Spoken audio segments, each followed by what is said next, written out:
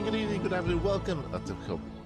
Doing the wrong intro. What's going on? And welcome back, everyone. Welcome back to another week, another edition, another group here of LiuLi Cup, the Grand Finals 2025 Group D. I'm of course your side VIP. With me, I'm joined by these amazing players and by the people in the chats as well. Welcome, one and all.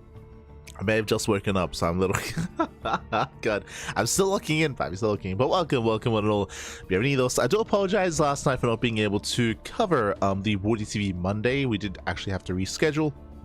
We spoke about it yesterday during Pegasus Cup, but I felt like I was on the brink of losing my voice, so unfortunately was unable to cover Wardy TV Monday. We'll be rescheduling and covering that another day. Otherwise, we're live with the final group of the group stage of LiuLi Cup. Here we go. For those that are maybe a little bit unfamiliar with the event, LiuLi Cup is a monthly tournament that was running throughout the course of 2025, and it led into the grand finals, which did take place this year, right? 2025, there were all these events, players that were accumulating points, they were getting greater standing, of course. And coming into this year, all the top players have been seeded into a massive group stage. Now they're facing off here and now to make it to the finals. We already have the majority of the players seeded through, but we have one group left, Group D. Let's go. Let us go as we do switch our scenes over and catch up on the group itself. And catch up with our matches. Here we go. We have 4 players here. It is going to be once again a GSL format group. 2 players will advance on. The other 2 will be knocked out of the tournament. Here we go again. It is the round 16 group D. First we have Serral versus Zoun in a ZVP. We followed by Classic versus Cure in a PVT. Oh boy, I feel like this is almost like the group of death here. Zoun is a little bit iffy when it comes to his current level of play, just because he is a little bit more inactive compared to the other players, but his highs are still very, very high. Likewise, Classic, he's one of the best players in the world. He is top 2 when it comes to EWC this year, or I guess last year. Serral, the reigning world champion. Cure, one of the best Terran players in the world at the moment as well, top 3 if not top 2. It's going to be a wild group. It's going to be a wild group here. Pure best of 3s, bear that in mind. 5 matches in total to determine who advances on and who is knocked out. Let's go. Let us go. Up first, we do have our ZVP. It is going to be Serral versus Zoun facing off in that first best of 3. Game 1 is going to be on White Rabbits. Let's go. Let us go. Bearing in mind that later on tonight, we are going to be live as well with the podcast. The podcast is going to be later on this evening. There's going to be a lot to catch up. On. But here we go. This morning in the top right hand corner of White Rabbits, we have the South Korean Protoss player. We have the blue Protoss representing Team Vitality. It is Zoun. And spawning in the bottom hand corner, we have his opponents. We have the Finnish Zerg player, the red Zerg representing Basilisk. It is Serral. Let's go, Papi. Let us go. Just catching with the chat. I was about to call this a group of death. Yeah, pretty much. I think I would agree with that sentiment as well. I think in the other groups there were a little bit more clear delineations between the top and bottom players, but this one definitely is going to be a lot closer to call.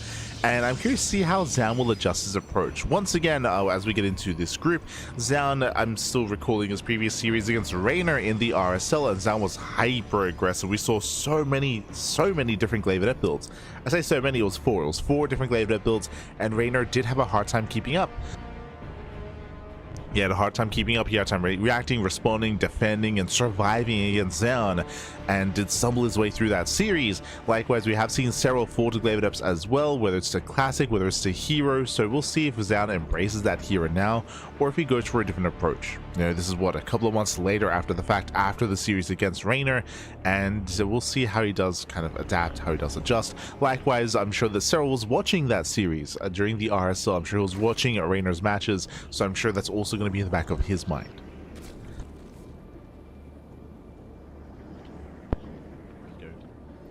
Bearing in mind as well that they also did face off during Home Story Cup. True.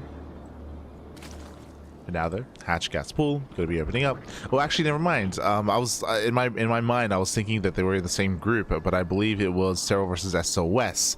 SOS was in the same group, not quite Zoun. He was in a different group. True.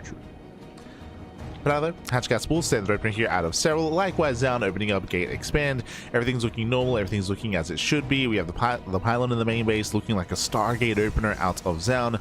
And from here, we'll see where we tech up. We're expecting Stargate into a third base, but the follow-up tech is what I'm most curious about.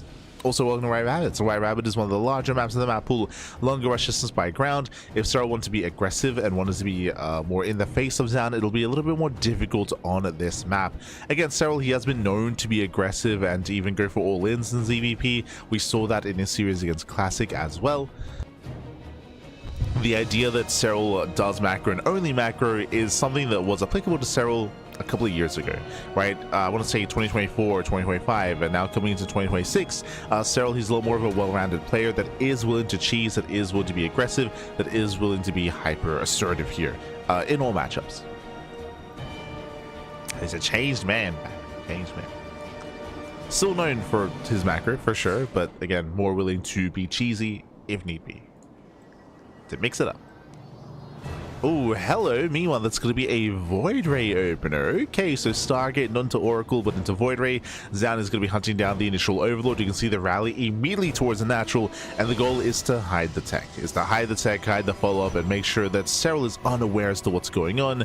This can lead into a second Stargate, into Mass Void Ray. It can lead into a Fleet Beacon, into a Tempest Rush. It can lead into a Twilight Council, into Glaive Adepts, or it can lead into a third base, into a standard game. Doesn't have to be hyper aggressive. It could just be a standard game as well. It could just be mind games.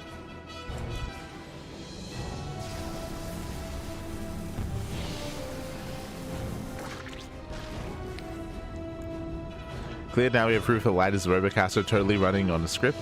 Ah, true. I mean, but if that was true, then I wouldn't have misspoken at the start, though. I would have said it correctly. Unless I loaded in the wrong script. True.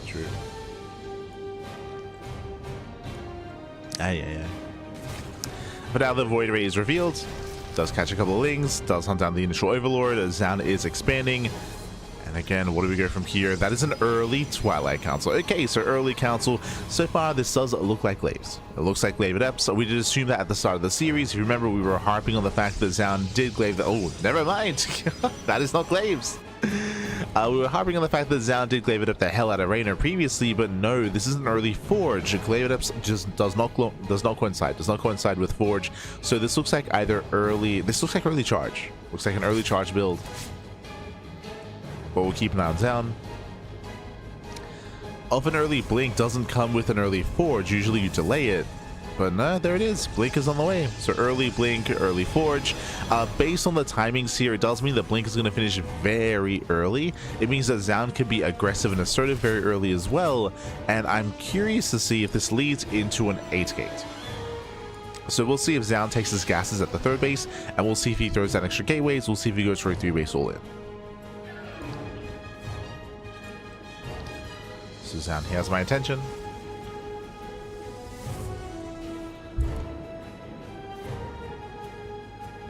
Again, and we do have extra gateways on the way. What's perplexing to me is that usually an 8-gate hits without the Forge and without the upgrades, just because you need to get your Robo out. Or actually, no, sorry. Usually an 8-gate is without the Robo as well. Okay. So we have 6 gateways so far. Oh, okay. Now it's all coming together here. So we're building up to 6 gateways, kind of a decent amount of gateways. Behind this, rushing into a bay into Colossus production. Okay. Let's go. You have my attention. Now, my big concern at this point is, so we rush into early tech, and we're rushing now into even greater tech as well. Is Zoun going to be applying any pressure, though? Serral is freely droning. Serral, he drones up to 66. That is 3-base saturation. Serral, it looks like he delays droning at his 4th base a little bit here, a little bit paranoid about aggression. I don't blame him. Lings, they get across the map. They confirm the Stalkers. They confirm there's no Adepts or Charge. Yeah, big scout for Serral. Then he drones. He backs off, he drones up, Infestation Bit's on the way, Eva Chamber's on the way as well. So it looks like Serral, he was playing very safe, and because of that, his economy and his tech is not ideal, but now he knows, right? Now he knows, okay, Blink Stalkers. Now he knows he's safe to drone, safe to tech.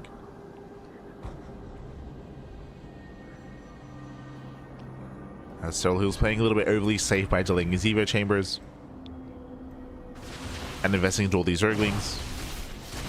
Blink is done, so these Stalkers are going to be able to get away. Serral just now droning up to 80. Getting his 5th base. Taking extra gases. And there is going to be a power spike here for Zoun once he builds up his Colossus. There's going to be 2 and then 4 Colossi. So we'll have that power spike. Currently, Serral, I believe, is unaware. Yeah, he's unaware as to whether it's Storm or Colossus or Archons.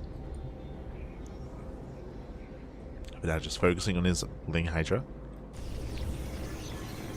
With the earlier infestation pits... Oh, wait, did we cancel? Oh, never mind. Okay, the infestation pit was cancelled.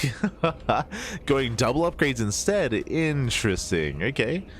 I assumed that we were going to be taking up into Hive and in towards... There we go, in towards Lurkers. Now we get the infestation pit. This was delayed. It was cancelled. Nice around. Nice cancel. Serral denying the expansion. Serral, he's about to max out. He's about to max out. He's fixated purely on army production. He's done droning. We got drop lords on the way. And it's going to be a tough hold here for Zoun. We'll see if he can keep up.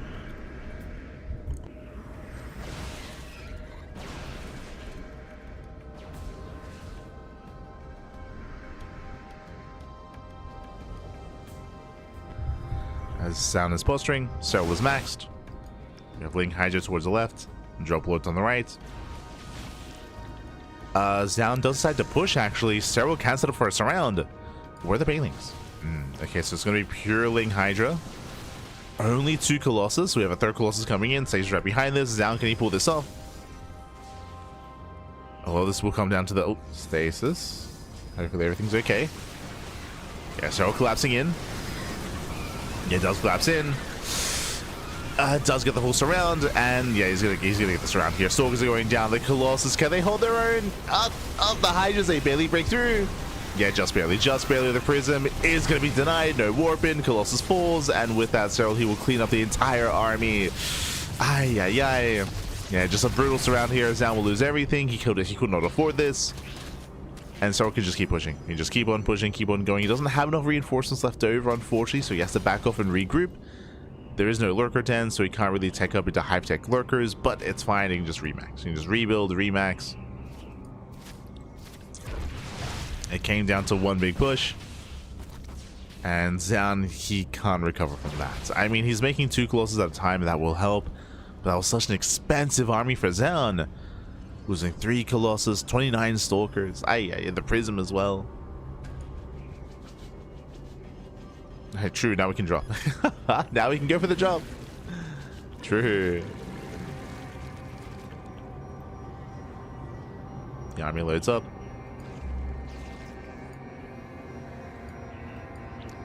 Dropping into the main base, so Zoun does spot this. Is aware. But can Zoun defend? Is going to be able to defend his main. Does have 2 Colossus in position, but at the same time, the 3rd base is under fire. And there's no saving this. Yeah, no shot. We have a couple of sentries, a couple of Stalkers in position. Oh, the probe's going to be going down. Drop is cleaned up in the main base. And Zoun, he will save the expansion at least, but he does lose the mineral line. 12 probes do fall. Oh, and the drop lords looks like the units to survive. Did pull out in the end.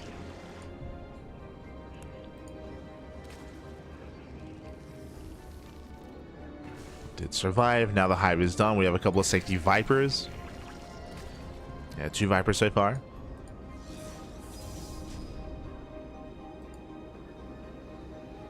As the Doom drops, they just keep coming. Nice find in Cloud. Can we get a Colossus? Vipers, they threaten to dive. Yeah, Lurkers have now arrived. Now, once again, nice flying clouds. And it's all or nothing here for Zoun. This is the final army that he has. At the same time, the main base is falling. He'll lose the main, lose his economy, his tech as well. Looks like Zoun can at least kill an expansion. But the Lunkers are moving in. There's no detection. No. Nope. Okay, Observer's coming in. Observer is now going to be coming in. But Lurkers are turning away. Yeah, the Queen's move in as well. Zoun, he's being very efficient with this army. He's picking up a lot of Lings, a lot of Hydras. A lot of units are going down. But at the same time, back at home, you'll lose everything. GG gets called, and Serral will take game number 1. GG. Whew, GG, well played. Again, very safe play out of Serral, winding it back here. Serral, remember, he delayed his upgrades quite heavily. He went for a roach opener into Ling Hydra. He eventually scouted, confirmed what was going on, and then he started droning. He cut workers at 66 initially, so he was playing very, very safe. Cutting workers early on, teching up and staying on a layer tech composition for a long time as well. Then he scouted, confirmed, went into double upgrades, he maxed out on Ling Hydra, and very fortunate that he had a setup for a surround. He wasn't actually planning to surround, he was planning to counterattack. He was setting up drop lords on the right and a push on the left, and then suddenly Zoun moved out, and Serral was set up perfectly for that surround. GG. GG, well played. With that, Serral does take the first game, and we're going to be loading into game number 2. Let's go. When it comes to Zoun's builds, I was on the fence on it 100%, just because we got early blink, we got the early +1, but if you remember, he never really made use of blink early on. He stayed at home. He stayed at home and he just built up towards the Colossus timing instead. So I feel like the build itself did allow Serral to be quite greedy, or allowed him to drone up, be greedy. There was very little pressure on Serral outside of the actual move out. But let's go. Let us go. This morning in the bottom right hand corner of Winter Madness, we have the South Korean Protoss player. We have the blue Protoss representing Team Vitality. It is Zoun.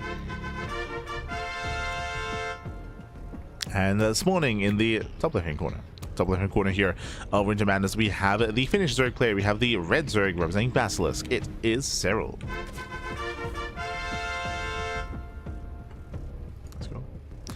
Hatchcast Pool, send the opener out of our Zerg player. Welcome to Winter Madness. Winter Madness is another one of these larger maps, another map that's known for longer and later games. If Zoun wanted to be more defensive and turtle up into Sky Toss, I could see that being viable here on Winter Madness, but I do feel like the best chance for Zoun, especially considering his strengths in the matchup as well, is earlier aggression. We didn't really see that last game.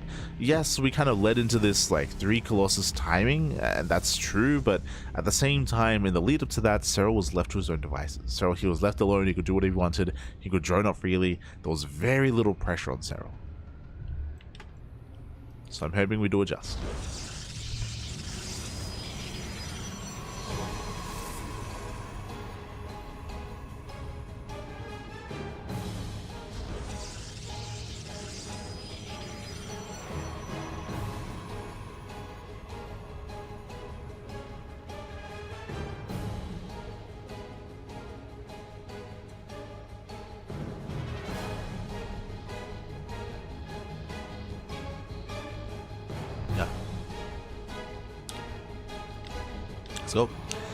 Let's go. As we are going to be settling in. So far, the openers are standard, and we do expect to see Zoun once again go for a Stargate, but it's the follow-up here that I'm most curious by. Hello. Interesting pylon. Okay. Zoun throws down his pylon behind his mineral line. So usually if it's a Stargate opener, you throw down the pylon closer to the edge to reduce the time it takes for the Oracle to get across the map. For the pylon to be thrown down here, yep, I was about to lead into this, it is the high tech instead. Behind the mineral line, it is a Twilight Council. So again, already telegraphing that with the pylon placement. Zoun being very cheeky. And he also did open Stalker to deny the scout as well. So the Overlord scout is denied. Serral now knows something is weird, something is wrong. You do not often open up Stalker like this. The downside of opening up Stalker like this is that it means that your adepts are delayed, and that means that there's no adept harass across the map. So Serral can drone up very freely. He can drone up freely without too much issue. The downside, of course, is Serral is playing blind. It's playing blind, and oh, we have earlier blink. Okay, once again, it's, I mean, much earlier than last game, but very early blink here from Zoun. Interesting. This should be leading to a 2-base all-in.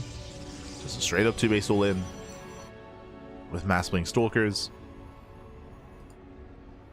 This is a very unique build, very quirky. You don't often see 2-base blink, but okay. Show us what you got. I would imagine this builds up into 5 or 6 gateways. So far we have 4. So 4 gate blink, up to 5, and I believe we can afford up to 6. I don't believe we can afford any more than that. So 5 gateways so far.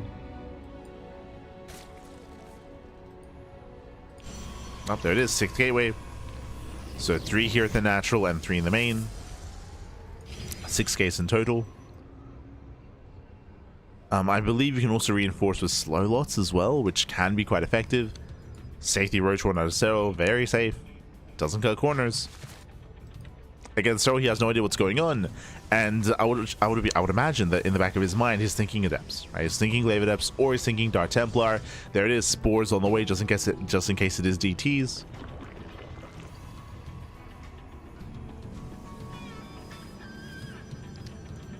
Stalkers do have a lot of micro potential, that is true. Now moving out. And Serral has still yet to confirm. Oh, does he? Yeah, does he? Does he? Does confirm all the Stalkers? He knows. And back on, we need as many Lings as possible. Lings and Roaches. Zoun is moving out. He's got his 6 gateways. Do not overlooked. Trying to supply block. Does supply block. Serral's racing back home. We got 6 Roaches on the way. But now just trying to buy some time. Roaches are popping out. Oh no! Catching one. Yeah, 1 Roach gets picked up. Nice pick up here by Zoun. Does catch a couple of drones. Lings are coming from behind. Blink is done. Bear that in mind. But there's no Oracle support. Oh! Almost getting a Ravager.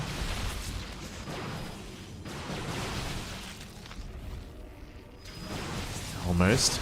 Got a chance to use. Ravager goes down. Lings going for a surround. Trying to catch out the Stalkers. Going to be collapsing in. So far, nice wing control. Nice juggling as well. It does beat out a couple of Stalkers. But I believe that was one. Yeah, one. One Stalker going down so far. The efficiency, Pappy. So far, so good. But the Stalker's getting low. They're getting very low here. Oof. As another Stalker does go down. A 3rd Stalker as well. The game is getting a bit out of hand here. One wrong move and Zoun, he will lose this army. Again, it's very fragile. Speaking of, another Stalker gets picked up. Ay. Oh, the target firing. Okay. Very nice. Yeah, GG. GG gets called though, but despite the target firing, Zoun, he preserves all the Stalkers. He still breaks through, and Zoun ties up the series 1-1. GG. Whew. GG, well played. Again, a very unique all-in here by Zoun. As I tried to emphasize, 2-base Blink and 2-base Blink all-ins are very uncommon. They're very, very uncommon, to the point where I don't think I've seen anyone do this except for Trigger recently. If you remember, Trigger did defeat Raynor with a variation of this build, with a variation at Home Story Cup. It was on Tourmaline, if you remember. Actually, it was 2 games in a row. It was 2 games in a row that Trigger did something similar to this against Raynor, and GG, well played. Again, unfortunately, Serral, he was getting caught out as he was producing his Roaches, as he was producing his Ravagers as well, so some hefty losses there, and his commitment with his Lings was, you could argue, premature. He dove in with Lings for this round, and he lost everything, and he only killed 1 Stalker, so had the efficiency, Pappy. Towards the end, Zoun was losing Stalkers, that is true, but that was only towards the end. He had already broken through. GG, well played. With that, we're getting into our ace match here, and we'll see if Zoun can close it out. So we'll see if Serral can bounce back. As spawning in the bottom hand corner of 10,000 feet, we have the blue Protoss player. We have the blue Protoss. We have the South Green Protoss. Tying up the series, it is Zoun. And spawning in the top left hand corner, we have his opponents. We have the red Zerg player, the Finnish Zerg representing Basilisk. It is Serral. Here we go. Once again, Zoun with a very cheeky build in game 2, going for a 2-base 6-gate Blink Stalker all in. And again, he had multiple ways to micro. He had his Blink and he had his Prism juggling as well. Crazy, man, crazy. And we're expecting something aggressive here as well on 10,000 feet. This is one of the smaller maps in the map pool, and I feel like the early and mid game are where Zoun can thrive.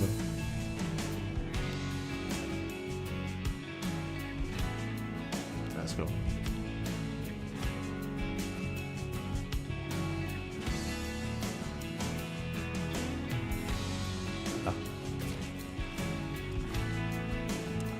Hello, CranKy. Ah, have a nice stream. Thank you, man. Thank you. Hope you're doing well. Hope you enjoy the broadcast.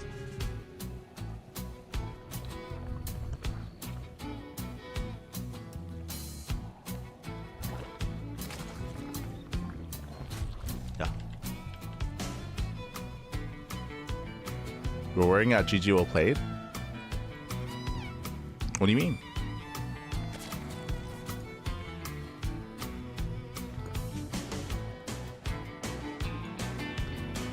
So far, again, hatch gas full, save the opener here out of Serral, likewise down, back at him, going for his own gate expand. Everything's looking normal so far. Pylon is thrown down at a much more standard location. If you recall last game, one of the big tells of something weird was going on was a pylon behind the mineral line, but here instead it is further towards the edge of the main base, looking more like a Stargate.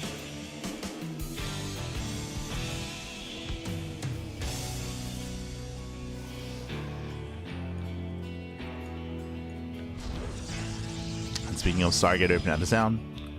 From here, we're expecting oracles, especially based on the rally. If it was a void ray, we would expect the rally to be over towards the natural to hunt down the overlord once again. So far, out of all games in the series, this is looking the most standard. So far, at least.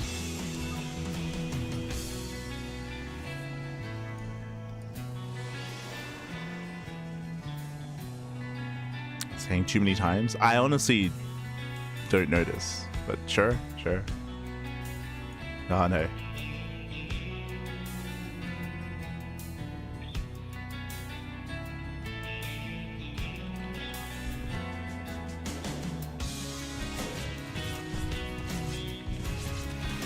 Oh, as that does move in. Catching out one drone. Very nice pickup.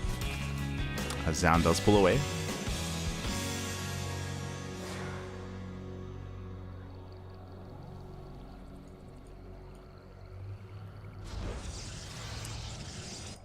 Does pull away. This time Serral going to be slipping in towards the bases. Despite the fact that we do have a standard opener here, this can still lead into early tech. It can lead into a third base and into an earlier Twilight Council. It's crucial here that Serral does confirm what exactly is going on, especially based on what happened last game. Overlord tries to dip in. Zoun does expand.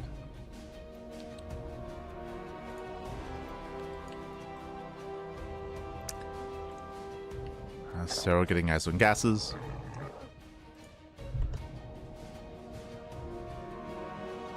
Doesn't see much else. Isn't able to see any further tech or pylon placements.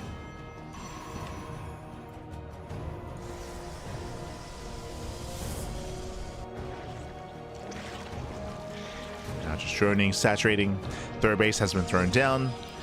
And once again, Twilight Council in a Forge at an earlier time here. This is looking very similar to Game 1. Game 1, if you recall, we saw early +1, we saw early Blink in towards Colossus. We'll see if this is the same build, otherwise early Charge is on the table. As I mentioned previously, going for an early Forge like this means we should not be going into Glaive Adepts. So either Blink or Charge.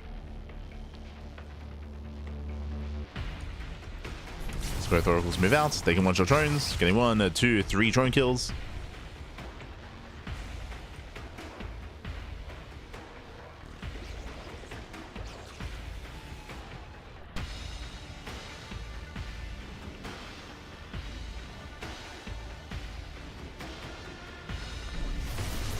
Oh. Catching out 3 workers. Behind this, we have confirmation is going to be +1 on Blink. Have confirmation, 2 more gateways being thrown down. We have 4 gates in total. Nothing crazy. There's the Robo. And again, Game 1, this led into Colossus. And we'll see if that's the case here as well.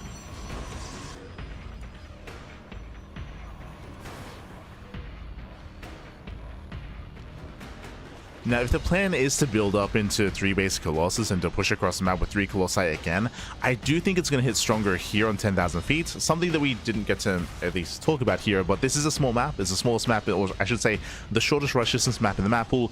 Few bases, small map in general here, so these pushes can hit very strong, they can hit very hard, they can hit very fast.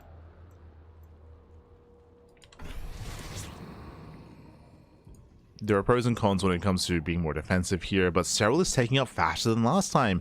Very fast infestation bit. Okay, the pits alongside the Hydrogen. Serral is droning. is saturating. Serral is cutting more corners this time. And it is the same build. We have the second Robo and the Bay. It is going to be Colossus. So if you weren't here for the beginning of the series, Zoun went for this very same build in game 1, but he got surrounded. He was being very active, very aggressive. He pushed out with 3 Colossus and he got surrounded, he got shut down. Serral, if you recall, was being safe for that game. He delayed his infestation, but he delayed his hive, he delayed his tech because he was playing scared. This time though, Serral, he's a little more confident. This time he's droning, he's a little more secure as to what's going on. He's taking up a lot faster, and he will get away with it. If you recall, my big criticism when it came to this build from Zoun is that even though he got early blink, he's not being active with these stalkers. He's staying back home defensive, and he's allowing Serral to drone up to 80.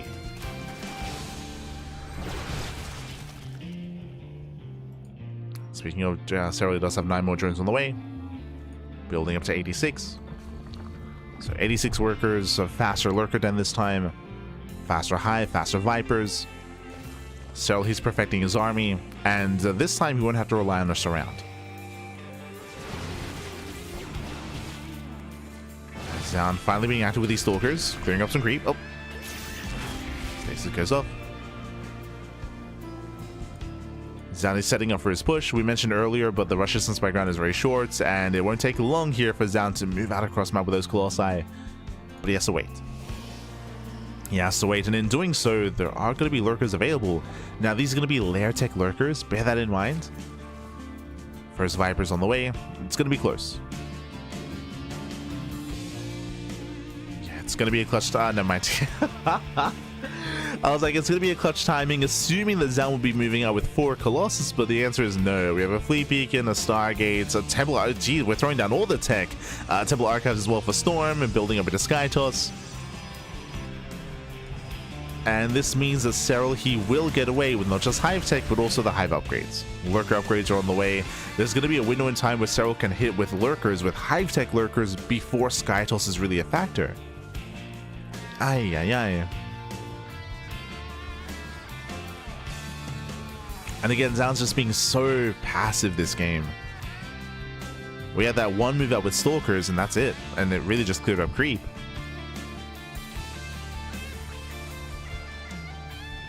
And we'll see if we can get away with it. We'll see if we can get away with it taking up into Sky Toss. Tempest production has begun. Wings they poke in, they confirm the Colossus at least.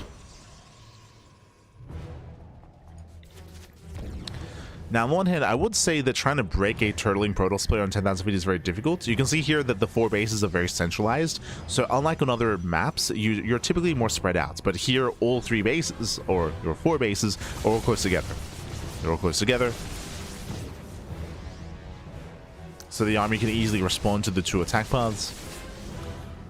Lurkers are denied mining, but Tempests are now revealed. Tempests are revealed. Serral has to pull away. Now taking up Ultra Cavern, Spire, taking more bases.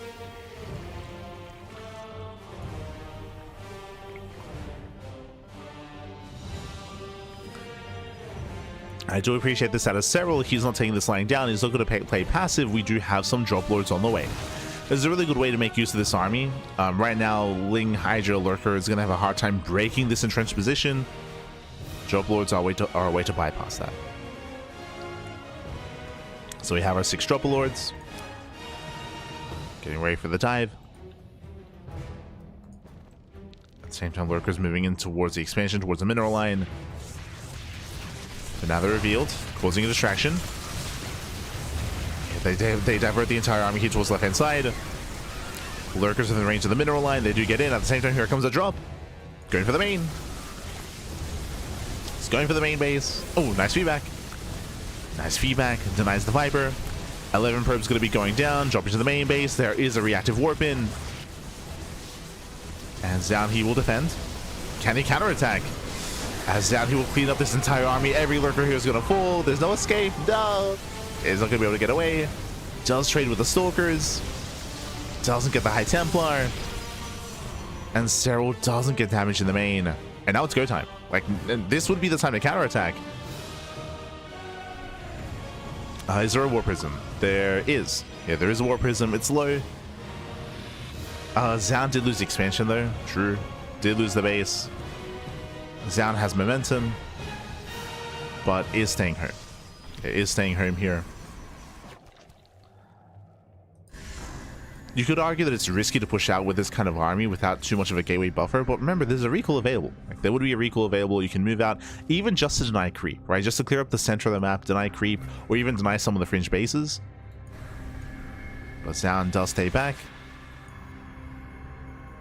And Serral is building up. This time into 5 more ultras.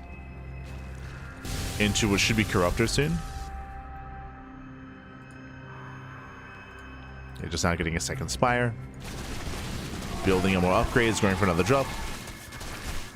This time finding a little bit more damage. I say that. He got a couple of Zealots. He got a cannon.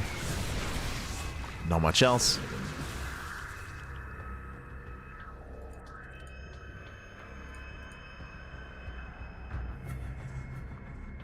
And so he's being allowed to take these center expansions. Okay.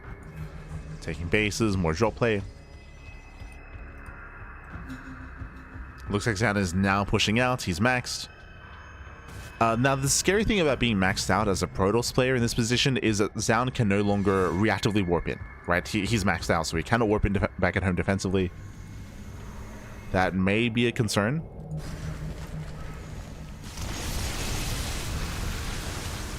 As he's pushing on creep. Lurkers on the left. Jumping to the main base. Damage is being done. Contamination here on +3. Ay, ay, ay. And as we mentioned, Zoun, he can't warp in. He cannot warp in defensively. This time, damage is finally being done. Zoun pushing in onto ultras. Massive fungals. He's getting caught out. He's getting caught out. The ultras, they collapse on the army. High Templar go down. The Grand Army just gets just crumbles. He's being cleaned up. Ay, ay, ay. And the Tempest will survive, but only the Tempest. Yeah, only the Tempest here. Zoun, he will lose everything. The main base in shambles. No mining here at the fort. Tempest are all that remain. And Zoun, who's just torn apart. He was just torn apart here. Ay, ay, ay.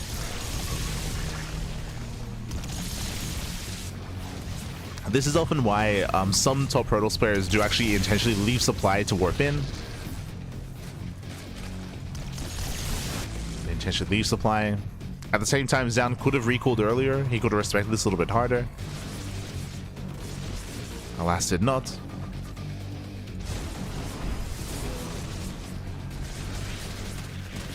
And again, Zoun, he lost everything. Losing more bases, more expansions. Serral, he has gained map control. I believe he has no Greater Spire. No, sorry, there is. Yeah, there is a Greater Spire.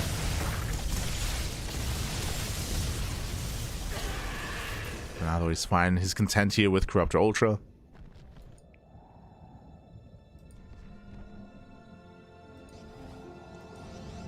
And Zoun's in a brutal position here. He is rebuilding his High Templar and Archons, which is great and all, but it's going to take so long for this to happen.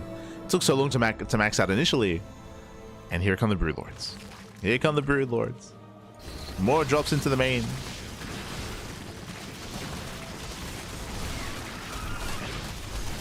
Surrounds the army, catching up the Stalkers. Brutal trades. Another contamination. +3 is just never going to finish. I believe that was the second contamination, baby. Ay, ay, ay.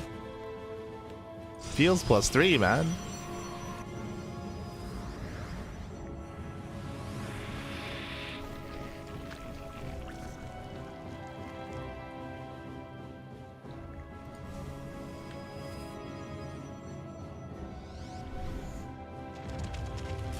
Lurker does pick in once again, keeping Zoun busy. Serral just perfecting his army. Now with Broodlords, he can abuse this position, this ravine, I should say, to hit the mineral line and trying to punish the Tempest.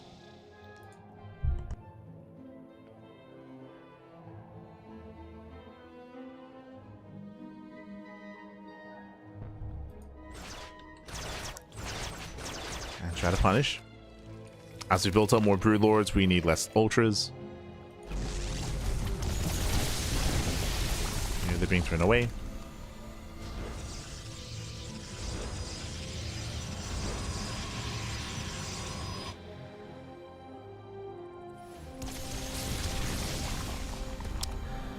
Was a kill, not a cancel. Zoun, he has built up a solid army here with now Immortals in the mix. Archons, there are only a handful of High Templar. Unfortunately, there's still no Mothership, so this army has a little bit less utility. Less mobility as well. So it's not ideal. But I can pick away the expansion.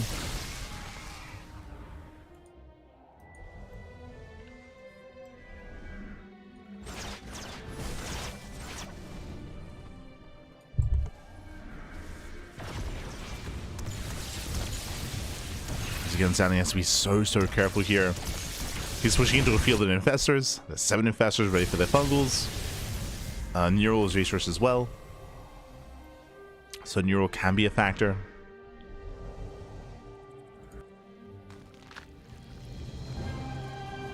And Serral's playing very safe. Very safe. He did give up on his central expansions. Didn't try to save them.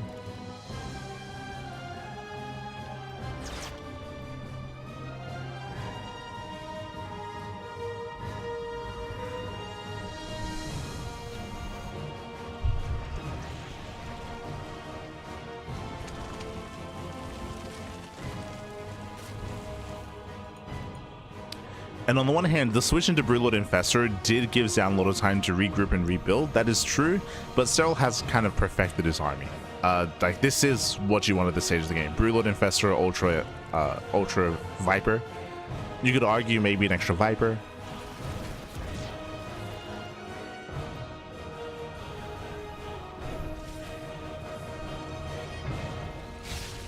This is what Serral wants to work with.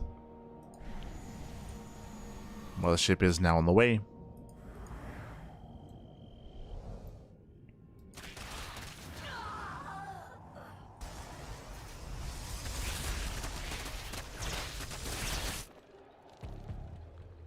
Serral hoping to catch the army. Base goes down. Broodlord's looking to move in.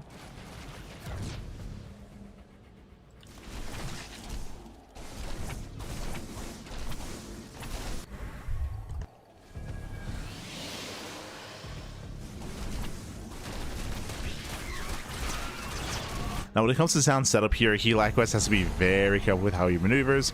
I'm a little bit concerned about the lower High Templar counts. He's going to be heavily reliant on feedbacks, on catching at the Infestors, catching at the Vipers, likewise on pulling back those Tempests, making sure it doesn't get caught up by Fungals. Now that he has a Mothership, he does have potential to recall across the map and recall back home.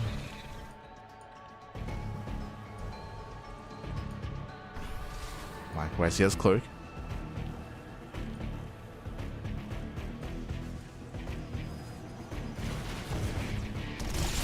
I'll just move in. Here it comes. Oh, no abduction. Nice punish out of Zoun. Again, you have to play slow and steady. The problem here is that Zoun is coming into the late game from behind, right? Because of the early to mid game that we all experience here, Serral has a massive bank. He has a 5k bank. That's his big advantage. The reason why Zoun has almost no bank, especially when it comes to gas, is because he's had to rebuild his army twice.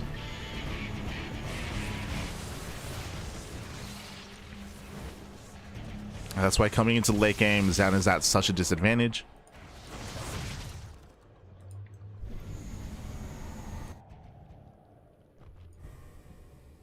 Meanwhile, Serral takes both center expansions. That's the win condition, essentially. Serral, he will have more economy than his opponents by an extra 2 bases. And as long as Zoun never takes those expansions, Serral should win this game. Oh, nice feedback. Now, the one chance here that Zoun has, a War of Attrition isn't really going to work his way, but what he can do is win one big fight, and because this map is so small, if he can win a fight decisively enough, he can counterattack and knock down 1, 2, 3 bases. That should be Zoun's goal here. You know what, base recall gets used. Bear that in mind. So 1 recall is on cooldown.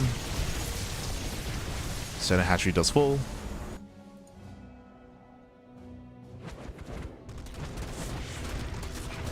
At this point, this base is already mined out.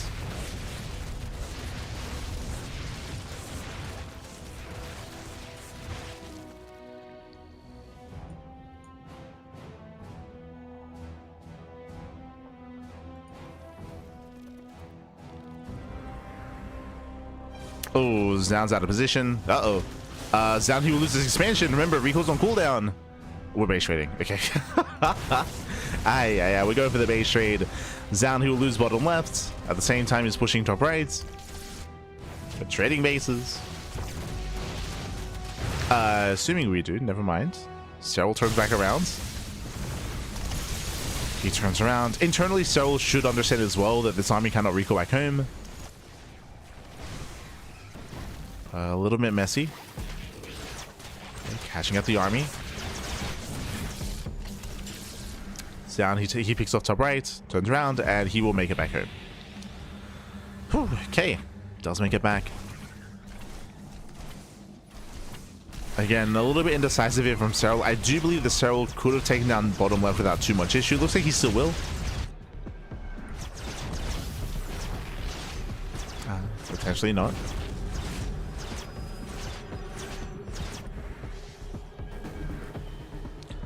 Serral's reaction earlier was too late to save the base itself. So in the end, that was a nice move out of town. It was a nice move. He didn't lose his base, he didn't lose his mineral line, and he killed Serral's. Killed two, actually. True. Now we need more of that.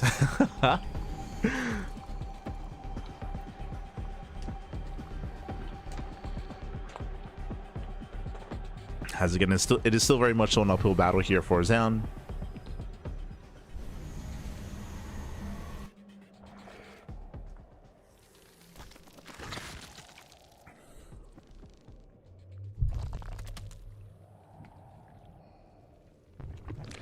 Now, Zoun does not have to expand here in the center yet, but okay, so we're envisioning like best case scenario for Zoun. He denies center right, he denies top right as well, he mines out bottom left, and then once he's finished mining this out, then he can start expanding on the right hand side instead, and kind of expand with his army. That would be the goal here, or that would be the ideal for Zoun. Is just deny these bases, ensure that there are going to be resources left over here, and then try to take them later. If he tries to expand at this point, Zoun will be spread too thin. He's spread too thin.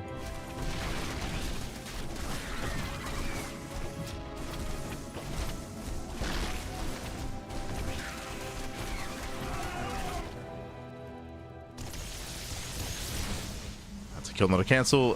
He's going for the expansion. I don't see him defending bottom left if he takes it, I'll be honest, but we'll see.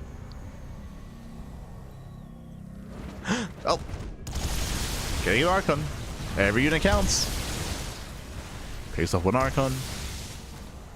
Dark Shrine is on the way.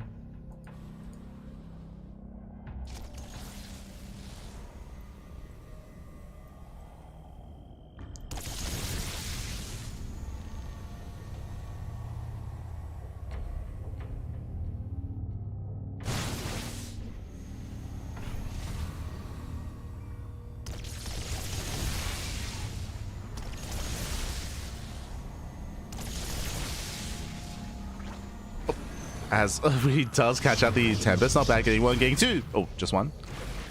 Catching out one Tempest. The rest of the army has to get the hell out of here. Corruptor's going for the dive. And does get one.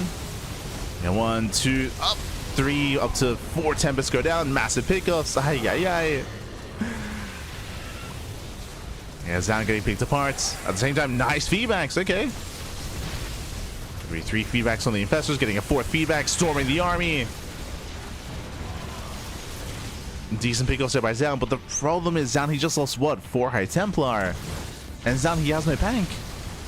He has no bank, Pat. Like, this was a better fight for Zoun, 100%. Like, he picks off infestors, corruptors, broodlords, he bullies back the army. But Zoun, he has to kill. This is it. He's gonna keep pushing. Oh, don't get distracted. No. Base goes down, and the problem is Zoun, he has 600 gas. Like we can't drag this out. We can't do that, Pat.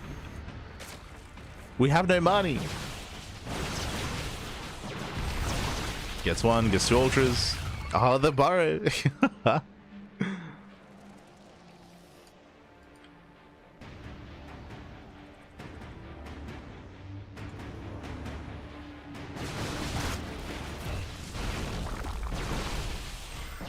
Zoun is pushing on the right-hand side.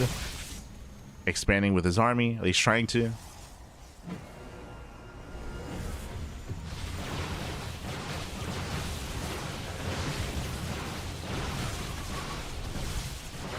So that's the top ace.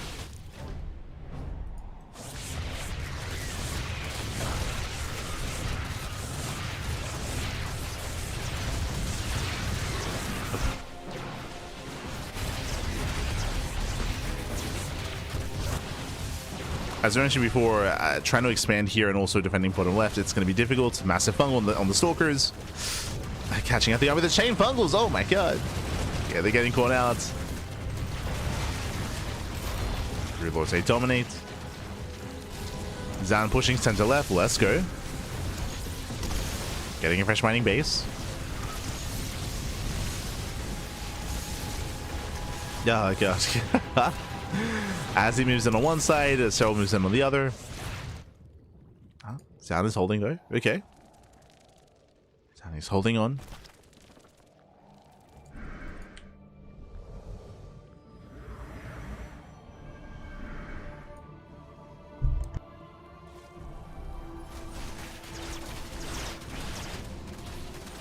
Serral's pushing on the right hand side. He's got 10 infestors.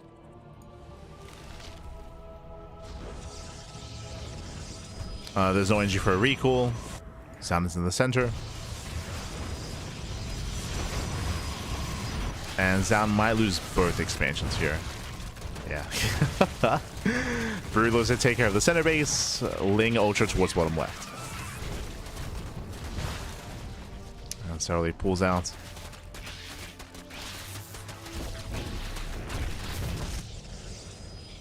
Let's pull out, let's pull away.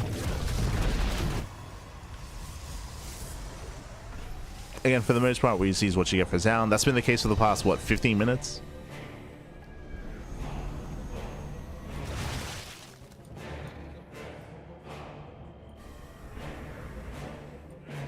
Does have one big fight in him.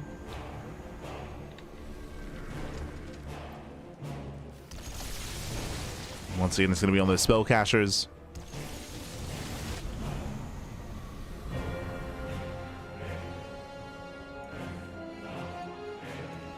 Will be on the Tempest Volleys. Positioning.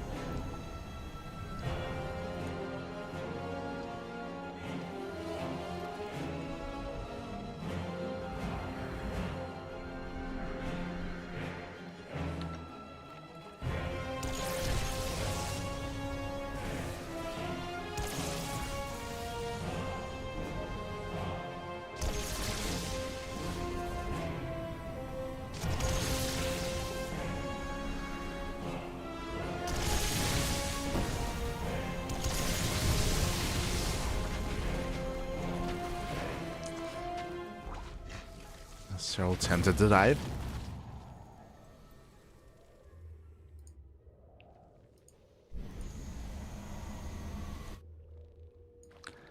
If he wanted to, he could actually just keep counterattacking, actually. He could...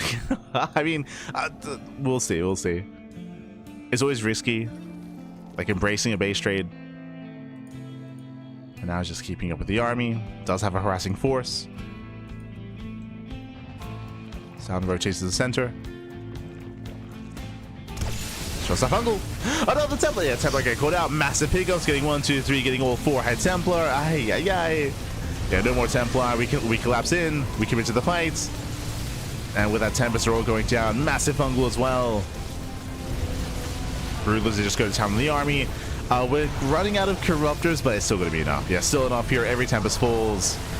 Oof. Just a Mothership remaining. And again, that was just a brutal engagement. Brutal engagement. The High Templar, they were the first things to go down. And the Brood Lords, they dominate back. They dominate.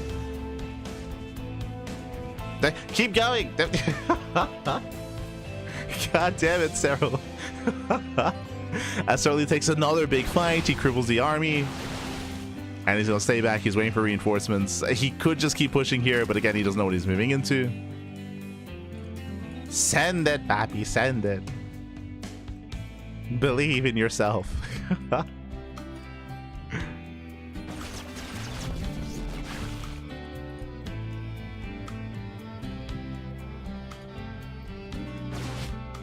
As he's responding to the Stalkers.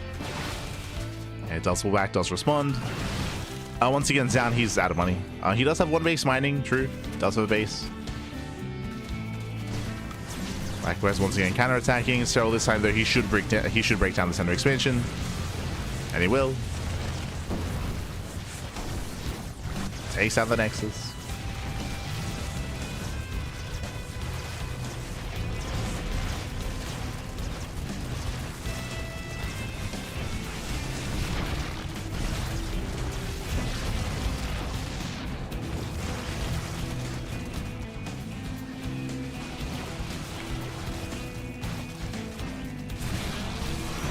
And he doesn't turn around. Let's go. He's not turning around. As it ultras to defend. Keeps on pushing. Going for another expansion. The last mining base here for Zoun. Technically, Serral also has no mining. True. Down to 2 hatcheries. Limited larva.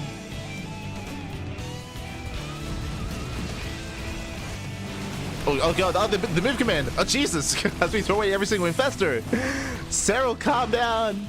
That's what 7, 8 infestors being thrown away. As I just mentioned, Serral doesn't have a lot of larva. He's down to 2 hatcheries. He's getting caught out. Serral turns around.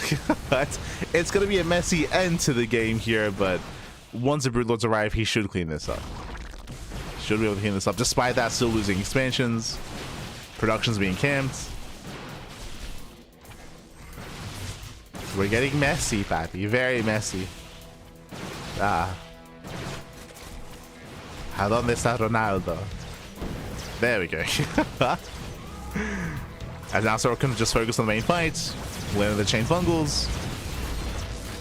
Stalkers, they try to get away. GG gets called, and Serral, he will take the series 2-1, advancing on to the winners match. GG. Whew. GG, well played. An intense back and forth here between Serral and Zoun. Once again, to go all the way to the ace match. When it came to the early to mid game, Serral, he did have a much more dominant performance. We did try to emphasize that Serral, he was able to win some big major engagements, pull off some big counterattacks as well, referring specifically to the moment where he was able to get into the main base with the Doom Drop. At the same time, Zoun, he was maxed. Remember, he was maxed out, so he could not defend back at home. He could not warp in, despite honestly having a really clean defense before that.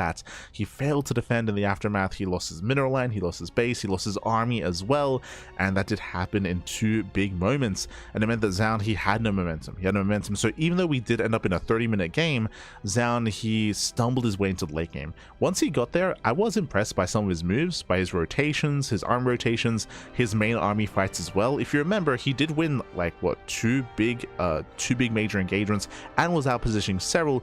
But the problem was the lead up to the late game meant that he had no bank to work with, right? He had no bank, he had no resources, he had limited bases, especially on 10,000 feet. So despite Zoun tightening things up towards the end of the game, it didn't really matter as much just because of the deficit that he was playing with. GG. GG, and with that, Serral, he will claim the series. He'll advance on into the winners match. Up next, we have our next best of 3. It's going to be a best of 3 between Classic and Cure. Let's go. Let us go. We are going to be loading on in. Game 1 is going to be on Winter Madness.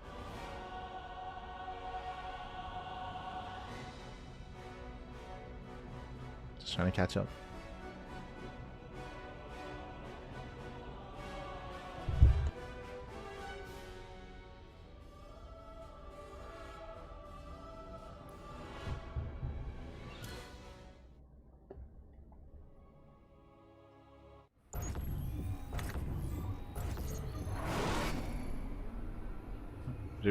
Here we go. We're getting to our first series, getting into our best of 3, and spawning in the bottom right hand corner of Winter Madness, we have the South Green Protoss player. We have the Blue Protoss representing Virtus Pro. It is Classic.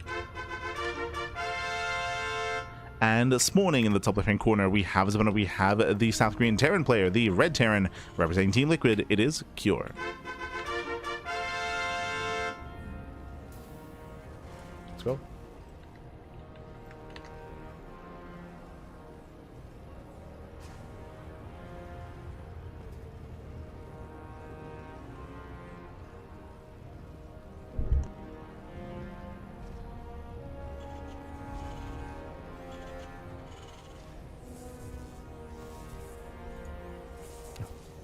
Here we go. We are going to be settling in. We're settling into TVP. Coming into the series here, of course, Cure, he has some of the best PvT in the world. I would say top two. Top two, of course, at the time, he had the best TVP in the world as well. So this is kind of where his wheelhouse lies. At the same time, Classic, he is the Clem Crusher. Classic, he has been kind of the bane of Clem's TVP for quite some time as well. So these saw some of the best in their respective races in this matchup. And we're about to face off. We're about to face off here in our best of 3. Once again, as a reminder, this is a group stage. It's a GSL group. The winner of the series will advance on to play against Serral. The loser will be facing off against Zoun in the lower bracket in the elimination match. Let's go.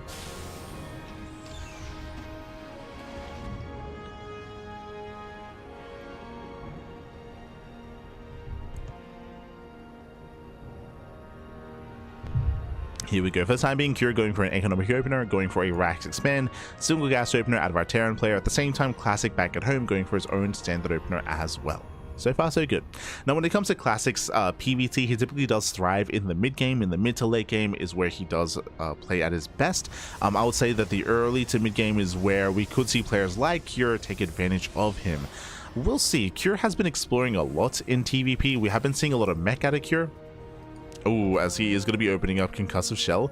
Now, if you've been watching Cure and Mara as of late, we have seen Concussive Shell openers into Double Factory as a follow-up to catch your opponent off guard. But we can see here, no, it's going to be a Concussive Shell opener into 3 racks. 3 racks, stim timing, a very aggressive follow-up here on Winter Madness. Bold move, bold move. There's a lot to kind of discuss here, but Winter Madness is a larger map of the map pool. There's a higher chance that Classic cuts corners and Classic goes 2-gate blink into a 3rd expansion. There's a high chance of that happening here, so I'm a little bit concerned here for Classic, considering, or depending on how greedy he's going to be. At the same time, the build here from Cure is designed to punish Classic for punishing Cure. Adept moves out. Why is it moving out? Because Cure went for a faster CC, so the Adept is here to delay. The Marauders are here to punish the Adept. They're here to punish. Thankfully, they do get scouted. Classic has to get the hell out of here. He does have to pull away. Oh, and I assumed it was going to be a 2nd and 3rd racks, but no, it's going to be a 2-on-1. Okay, so 2-on-1 variation. Early stim is on the way, and this can lead into an all-in. We'll keep an eye on Cure. 2-on-1s are quite rare in TVP. Not unseen, not unheard of, but they are quite rare. You often see this against Zerg. It's a lot more common in that matchup in TVZ. But here we have the reactor on the factory going for a 3rd racks. Big delay on the starport. Okay, because the starport is heavily delayed here, there's a higher chance it turns into a 2-base all-in, while we're prioritizing bio production. Stim, combat shields, mass marines, all being prioritized. We're not caring about, oh, as we actually don't go for the add-on swap. Yeah, no add-on swap early tank. This is a unique build. This is a unique variation of 3-1-1, where instead of going for the add-on swap, you're getting earlier tanks, and this looks even more like an all-in. Okay, here we go. With this Cure, he can pull the boys. He can pull the boys with his move outs. It's going to be up to Classic to confirm what the hell's going on. Now, back at home, what does Classic have? Classic is getting a 3rd gateway, so 3-gate blink and a robo on 2 bases. Very safe play at a Classic, even a safety shield battery as well. Classic doesn't scout the main, and it feels like Classic is getting ready for that stim timing. But we can see it's not just about the stim, it's about the early tank production, which is unorthodox. Like the tanks in the mix here is more unheard of. Usually you prioritize bio, or you go into a 2-on-1, a 3 racks. So this is going to be hitting a little bit later, but it's going to hit harder.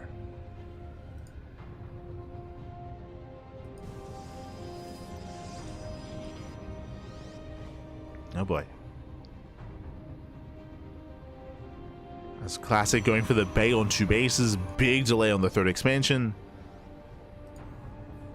It's going for earlier Colossus production.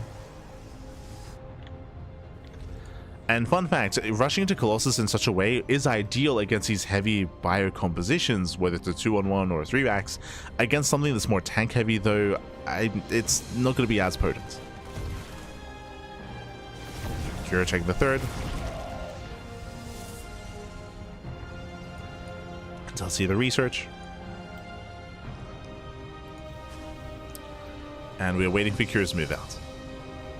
As he builds up into 3 tanks.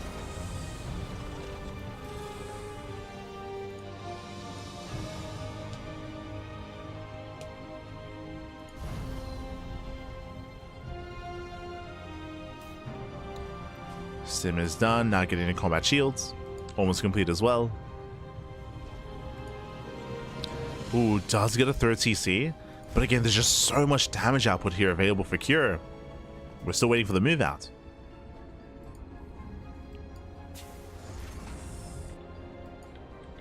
It's not even a reactor on the starport, by the way. Like we're just pumping out one medevac at a time.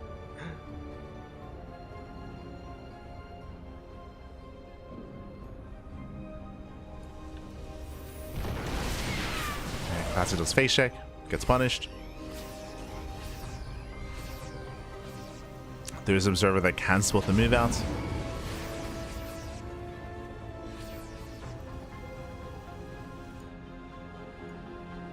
The other option here as well is that the setup that Cure has, by the way, would have hard countered Classic if he had gone 4-gate blink or 3-gate blink aggression, right? If he was trying to push into these bases, like Classic would have been completely shut down. Instead, Classic was taking up into Colossus. That is going to benefit him in the long run. I'm gonna get spotted. He wants a tank. Oh. Observer gets spotted. Tank is low.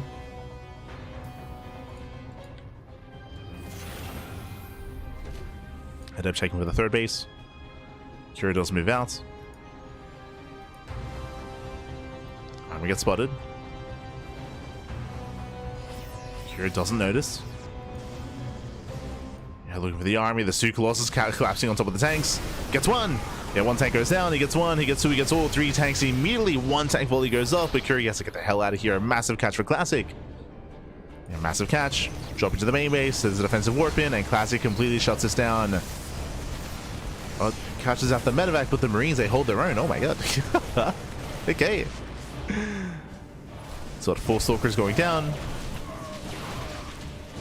But overall, that was a better trade here for Classic. Classic, he caught all 3 tanks. Now, what does that mean? That means that this defensive position is weaker, right? The defensive position is much, much weaker. Classic is pushing. Prisma's on the way to reinforce across the map. Classic has momentum. And we'll see if he can break that third. Even has a disruptor. Okay.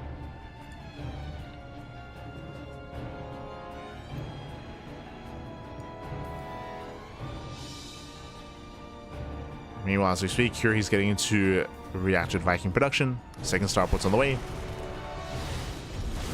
Building up more Vikings. Bearing in mind that because of the build of choice, Cure, his marauder count is very high. He's got a lot of marauders. Yeah, trying to collapse in the army. He wants his Colossus. Never goes up. Decent connection. But the Colossus are exposed.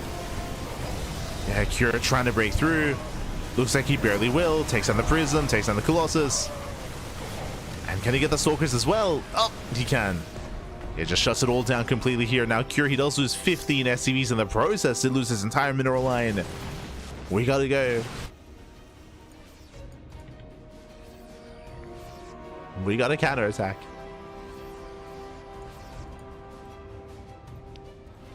So again, it was a shaky defense, but he does have double the army supply. Back at home, I believe there's 1 disruptor. Yeah, there's there's 1 disruptor to defend. Ah, no.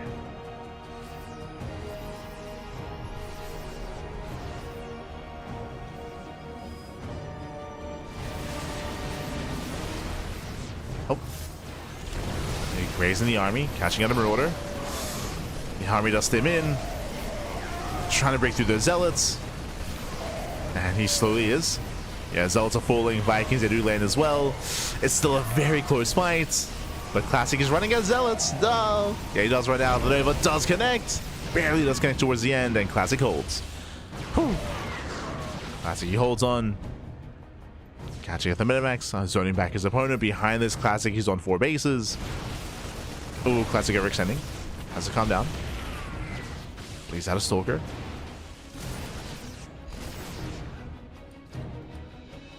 He's out of Stalker.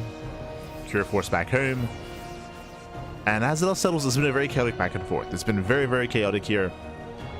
But Classic, he survived the counterattack despite not having any Colossus. He does have to rebuild. Colossi on the way. Second Robo's on the way. 5th base as well for Classic.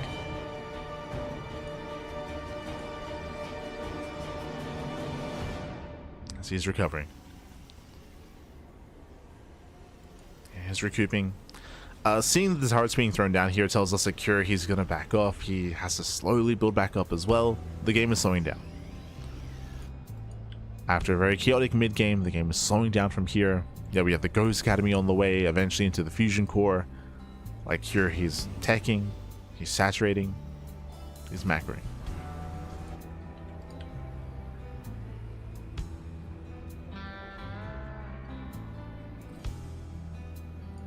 So he doesn't move out. I'll say there's a lot of potential with these drops. Coming into a longer game state here, I will say that Classic, he has a decent job, he has a decent economy, I should say. He's in a decent job when it comes to taking more bases and gaining that map control. With that, Classic should be the first to max out once that economy kicks in.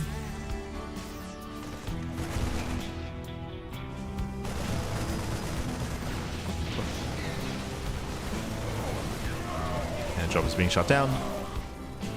Classic is on now 87 probes.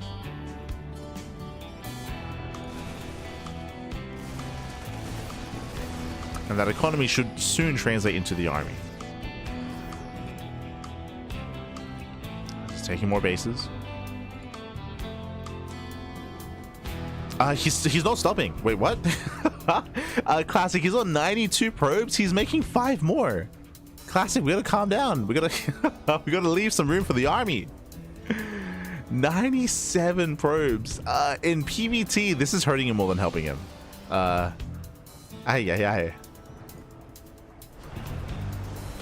Classic playing like a Zerg player, which is not good in this position, but okay. It does mean that Classic's army is going to be smaller than what it should be. Gonna have a smaller army.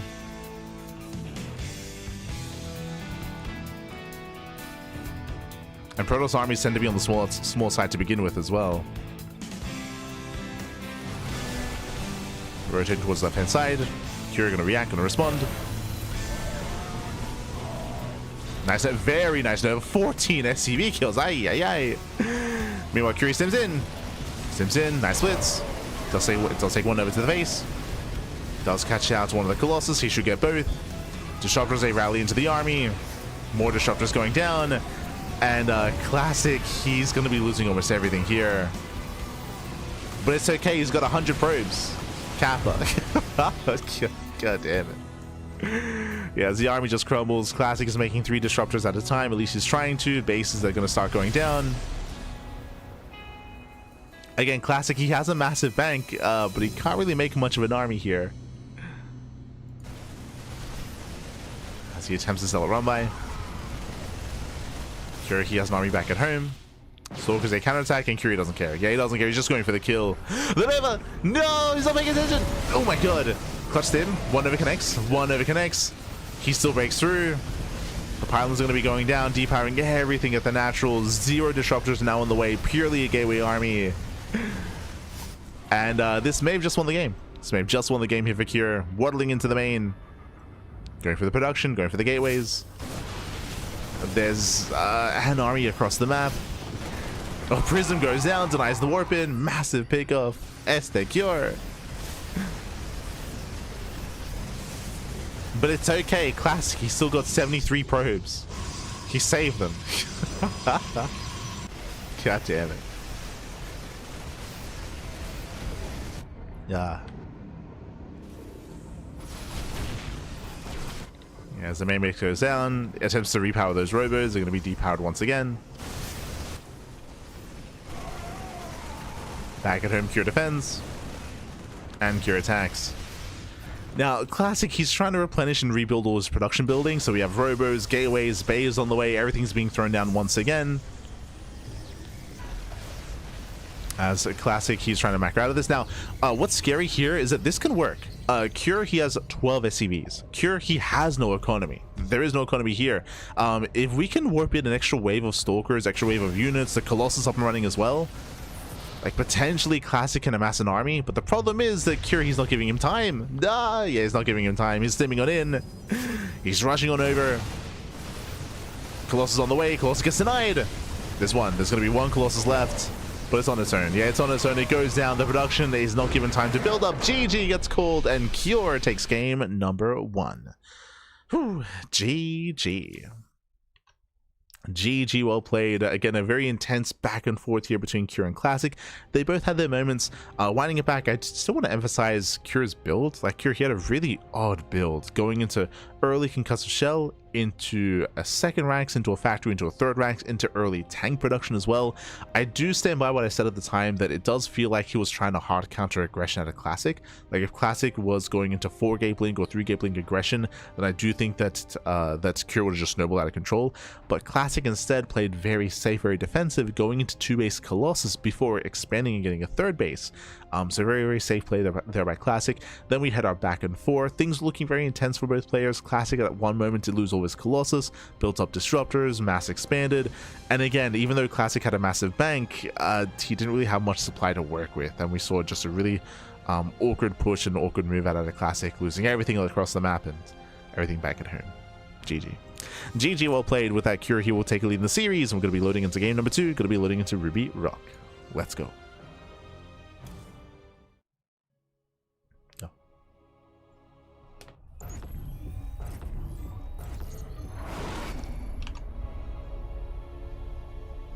Here we go.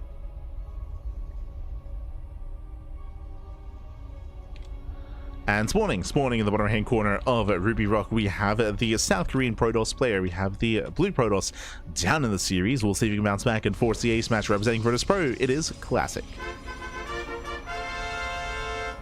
And spawning in the top left hand corner, we have his opponents. We have the South Korean Terran player. We have the red Terran representing Team Liquid. It is Cure. Hello. As Cure does move out with a cheeky SCV across the map. Again, he's up in the series. He's going for the proxy racks. Show us what you got. Oh boy.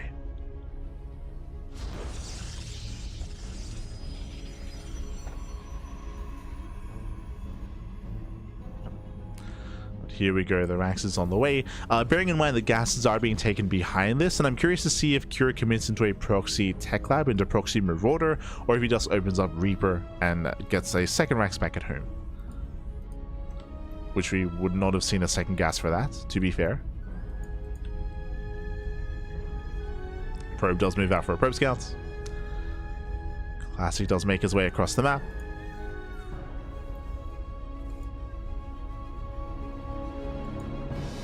We'll see what we commit into. Yep, there it is. There's that tech lab into Marauder. So proxy Marauder at a Cure Classic. He will scout. He will confirm that the Rax is missing, but this could be proxy Rax into Reaper, could be Marauder. It could be a fake proxy as well. It is not uncommon for a Terran player to hide their Rax further back, or hide their Rax behind the mineral line, or at the 3rd, at the natural, at the 4th base. You can see Classic, he has to confirm. He does have to confirm. Marauders are amassing. Classic, you can see, yep, checking behind the mineral line. Again, it's not uncommon to just hide it here.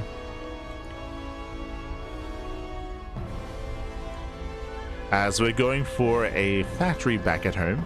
Again, because of the double gas opener. Going for the factory follow-up, but delayed expansion. Marauders are amassing. And I believe Cure can reinforce with Hellions. Can reinforce. We can see the Classic's playing safe. He's going for a shield battery, at least at the natural. He does have his full wall off here at the main. He's looking secure. Scouts the factory.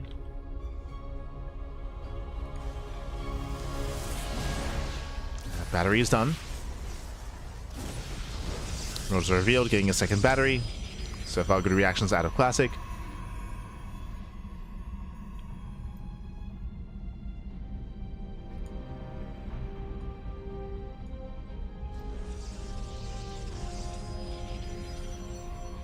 And so far so good. Here come those Hellion reinforcements we did mention.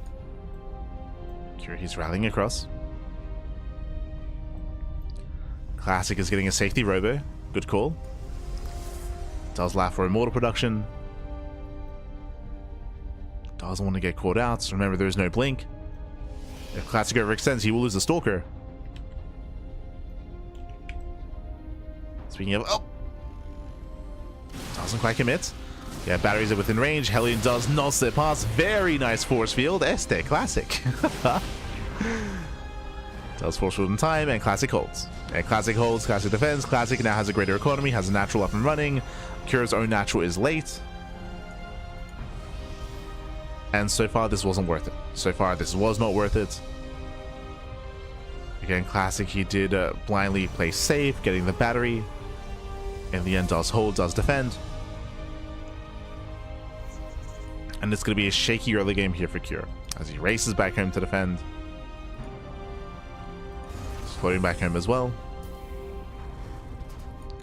Now, there are going to be some avenues here for Kura to recover in this game when it comes to drop play and harassing. But for the most part, Classic is defended. Now he's moving out for his counterattack. Does move out. First medevac still in the way.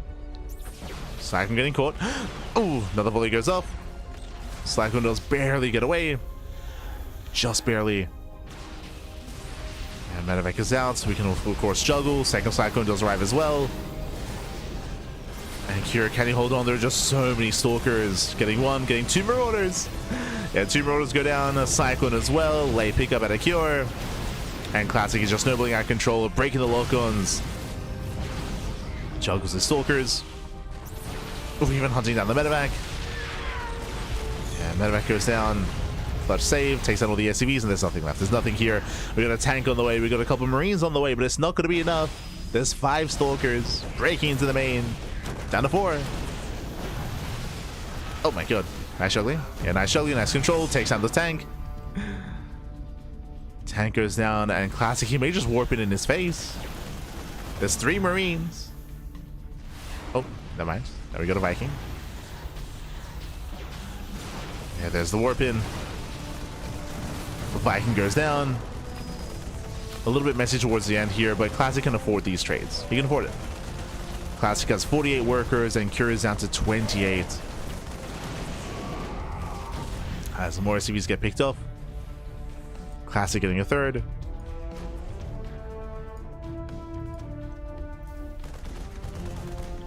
And again, this all just comes down to the failed proxy, the failed aggression out of Kura. And he's got a ways to go. He's got a ways to go here. From here, we have our 3-1-1 setup. I would suggest going for a 2-base all-in. I feel like that's maybe the best course of action here for Kura. Trying to macro and get a 3rd base out of this after this rough of an early game. Like, I don't see it working here. Not against Classic. Not against one of the best Protoss players in the world. But we'll see. It's up to Kura. Now building up into Stim. Classic this time going for Storm, not Colossus. Storm has begun.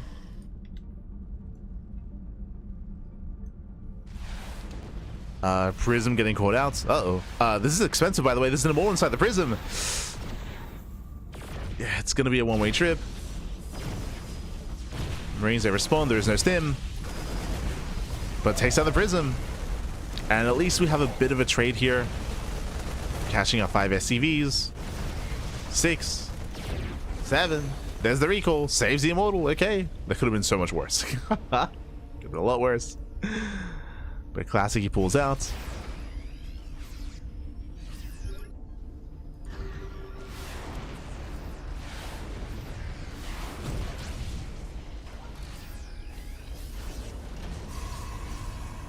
And it's soon going to be go time. Yeah, there we go. We pull the boys. As we mentioned, 2-base all-in is the most logical course of action here, just because Kura's so far behind. Stim is going to be done in time. We have 23 Marines, 2 tanks, 1 Viking. Now, what's important here is that Storm is complete, but this army is actually quite reliant on Storm. Classic has been quite greedy. Classic, he fully saturated his 3rd base. Classic is getting a Forge, extra gateways. Classic's army is quite small. Again, it's heavily reliant on those Storms, and there's 4 High Templar, soon to be 4 Storms. Currently 3. There's the first. There's 1, there's 2 left. So far, decent splits here out of Kura. There's the second Storm. There we go, 1 more, soon to be 2 more. Oof. Got him with the NG overcharge as well. These Storms are buying so much time. Yep, there's the NG overcharge. 2 Storms left. Kura, he's running out of steam. There's the Storm on the tanks as well. No more tanks, Bappy. And with that, Classic holds. And Classic does hold on. The Storms, they just tore the army apart. GG gets called, and Classic ties up the series. We are going to the ace match. GG. Whew. GG, well played. We are getting all the way into game number 3 here. Again, a very intense back and forth. Cure going for the proxy marauder. In the end was shut down. We didn't see Classic confirm the proxy marauder, but did play very safe. Got to safety shield battery, responded with a robo, second battery as well, and Classic was perfectly safe and sound and did punish Cure. In the end, Cure was forced into a 2-base all-in, but Storm was ready in time, and the Storms were more than good enough. GG. And with that, we're getting to the ace match. The ace match is going to be on 10,000 feet.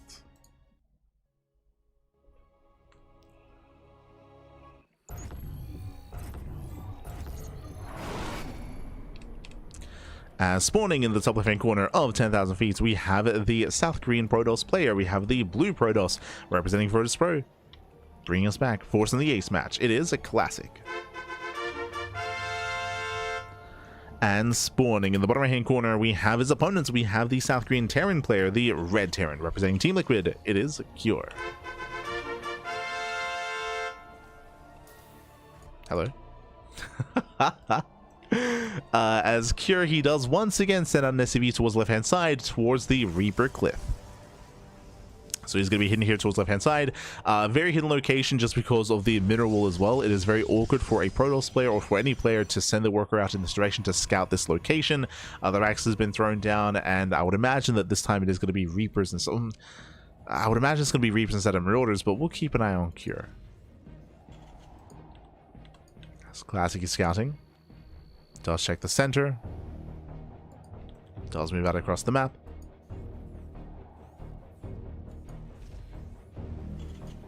Once again, double gas. Interesting. So the reason why I second guess myself when it comes to Reaper is because it doesn't take much to wall this off, right? We have the fat gateway into Cybercore. This area, this Reaper Cliff is going to be fully walled off. Are we going Proxy Marauder again? The SCV is rallied here to the top side. Are we going Proxy 111? We are. Marine into factory, right? He's crazy. Gumiho, is that you? Oh my god.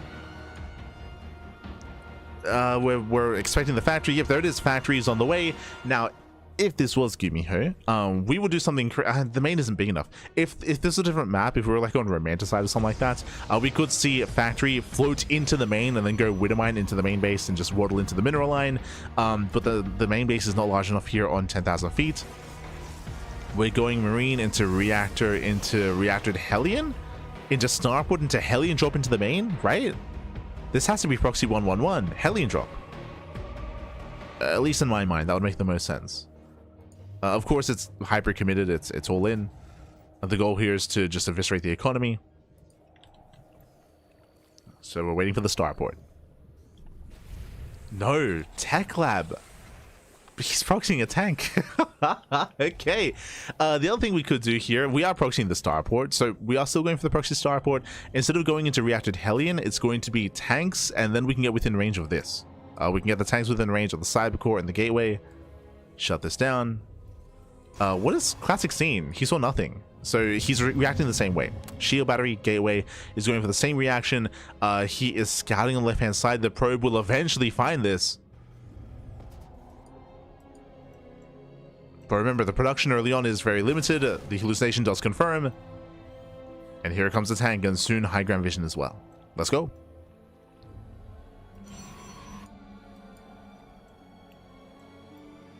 But we need that high ground vision.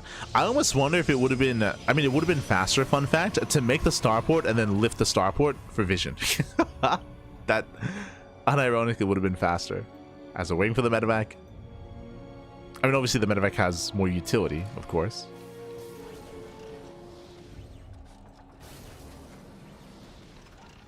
Does have a lot more utility. Medevac's on the way. Can we focus on the sentry? Ooh.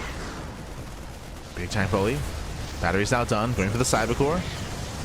Cybercore's going to be targeted down. Thankfully, there's already a robo on the way. Classic coming down to the low ground.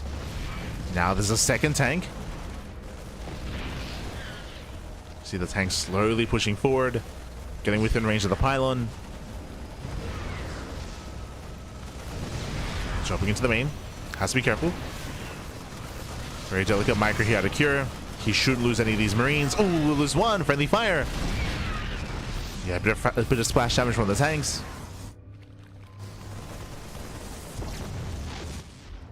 Stalkers are coming from behind, trying to catch reinforcements. Cure jumping further into the main, going for the bunker. Let's go. Yeah, it does go for the bunker. Stalker's trying to catch the Viking. Classic is supply blocked. Oh, no shot. Yeah, he's supply blocked. The boys are being pulled. Tank did on siege. And all these probes are going to go down. There's not enough Stalkers to engage here. Classic is going to throw everything away. Yeah, he's going to throw it away. The tank survives, and Curie is done it. He has broken the main base. Ay. Classic. He was too impatient. He went in too soon. He went in before the Immortal popped out. That would have been the backbone of his army. Ay. Yeah, now he's going in, but it's too late. It's too little too late. Curie has done it. He has broken the main. The Immortal gets chased down. GG gets called, and Cure, he will take the series 2-1, taking down Classic and advancing on into the winners match. GG. GG, well played. Proxy 1-1-1 out of Cure, whipping out a Gumiho build. Oh my god. Going for the Proxy 1-1-1 and going for the tank rush in towards the drop into the main. As you mentioned, I did really like Classic's response when it came to getting his robo up and running, getting into Immortal production as well. But we saw that Classic, he was a little bit premature. He moved in too soon, too quickly with his probes, with his Stalkers, before the Immortal came out. The Immortal, that is your tank buster, by the way. The Immortal does so much damage to armored base units. That's what you want, to focus on the tanks and to focus on the bunker, but he pushed in before the Immortal was ready. He lost everything in the process. Bearing in mind as well that because it's a one base all in, and because we had so much production at the natural, technically, potentially, we could even give up on the main. We could even just pull back. We don't have to fight as hard for the main base, build up those Immortals, get a second Immortal out, and take a better and a more concise fight instead, a more secure fight. But in the end, Classic, he kind of was maybe a little bit nervous here. He did pull the trigger too soon. GG, well played. With that, Cure does advance on instead. And let's catch up on the group itself. Let's catch up on our matches here. So far, we've had non-stop ace matches. We had Serral take down Zoun 2-1 to advance on to the winners match. Cure took down Classic 2-1 as well.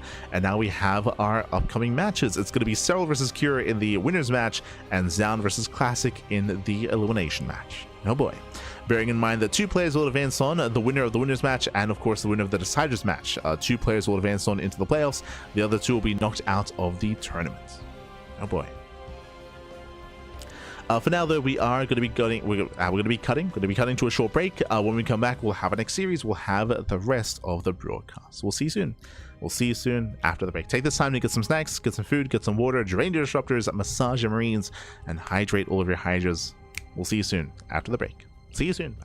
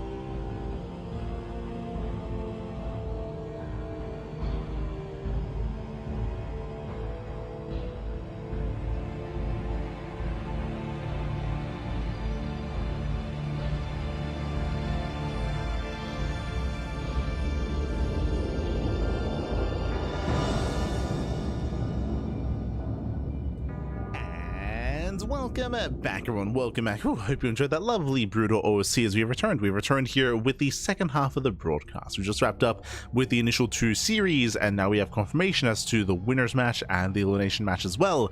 We're jumping in. We're jumping into our best of threes. Up first, we have Serral versus Cure. The winner of this series will advance on to the playoffs. The loser will have another chance in the decider match. Bearing in mind that neither of these two players will be eliminated, they both have another chance. They both have another opportunity to redeem themselves if they do go down. But let's go. Let us go. We're jumping into our ZVT. We're jumping into Winter Madness. Let's go. And spawning in the bottom right hand corner, we have our Finnish Zerg player, the blue Zerg representing Basilisk. It is Serral. And spawning in the top left hand corner, we have as opponent, we have the South Korean Terran player, the red Terran representing Team Liquid. It is Cure.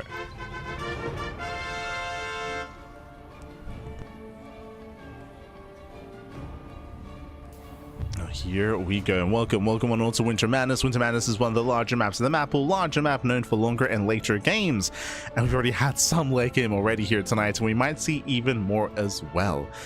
It's going to be an interesting matchup here. Serral, of course, he arguably has the best ZVT. I mean, he's the best Zerg player in the world. He's the reigning world champion for a reason, of course. We have seen Serral at times struggle against Clem. Clem, he can be very, very active and very aggressive.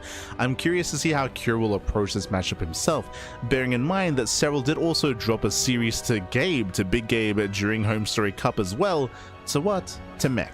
Gabe, he did mech 3 times in that series in a best of 5, and all 3 games Gabe did win. He did defeat Serral, did mech it up. Cure has been known to mix in mech against both Protoss and against Zerg, so we'll see if he does incorporate mech at some point in this series as well. Oh boy. Here we go. Otherwise, for now, Hatchcat's Pool, standard openers, nothing crazy, nothing wild. There's no like 2-axe Reaper or anything crazy like that. We're settling into our early game, and we'll see if Cure does go for extra Raxes, an earlier CC, or any other earlier tech. Eyes are mainly going to be on Cure. Serral, he's very standard when it comes to a ZVT approach, which at times can be a hindrance. This is why we've seen players like Clem or like Agape previously catching him off guard. Serral, he's known for just going to be going Ling at Bane into Hydra play. He's not really one that incorporates mutas much at all in ZVT. He is one that used to go into Roaches quite heavily in years past, but that was pre-buff to the Baneling. That was pre-Ling Bane becoming more viable, of course. A build that we have been seeing both Raynor Embrace and Serral dip his toes into is going Ling into Infestor into Ultra Tech, skipping Banelings and skipping Roaches as well. We have been seeing this kind of greedier version of this greedier build mixed in every now and then. We mainly saw Serral embrace it during Maestros of the Game. That was the big French event, or the big offline event in France at the end of last year. End of last year. As the SCV does block the expansion, Reaper's in position as well, forcing out the gas guys, or eventually Serral does expand, but it's going to be a late expansion. Nice start out of Cure, disrupting the early game. Okay, it does disrupt. Meanwhile, Cure's build of choice, going for a 3rd CC before Starport. Economic build here out of Cure. Disrupting the early game, but outside of that, not much damage. Calming down. Yeah. As the drone is locked down.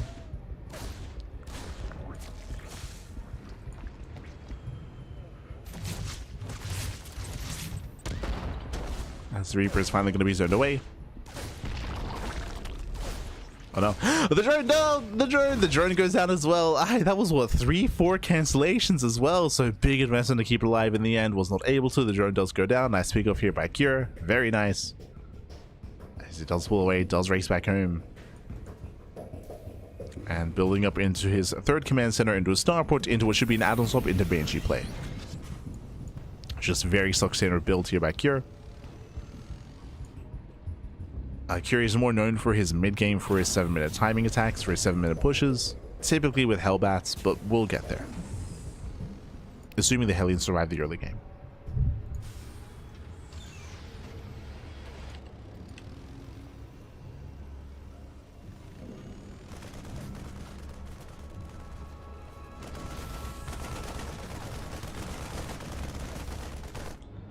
Hellions, they move out across the map.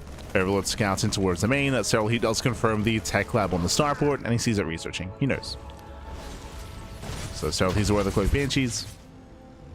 Behind this, going at lair first. That's 420 lair timing. From here, that means he has access to earlier overseers, earlier detection. Does mean earlier bailing speed as well. It also means delayed Eva chambers.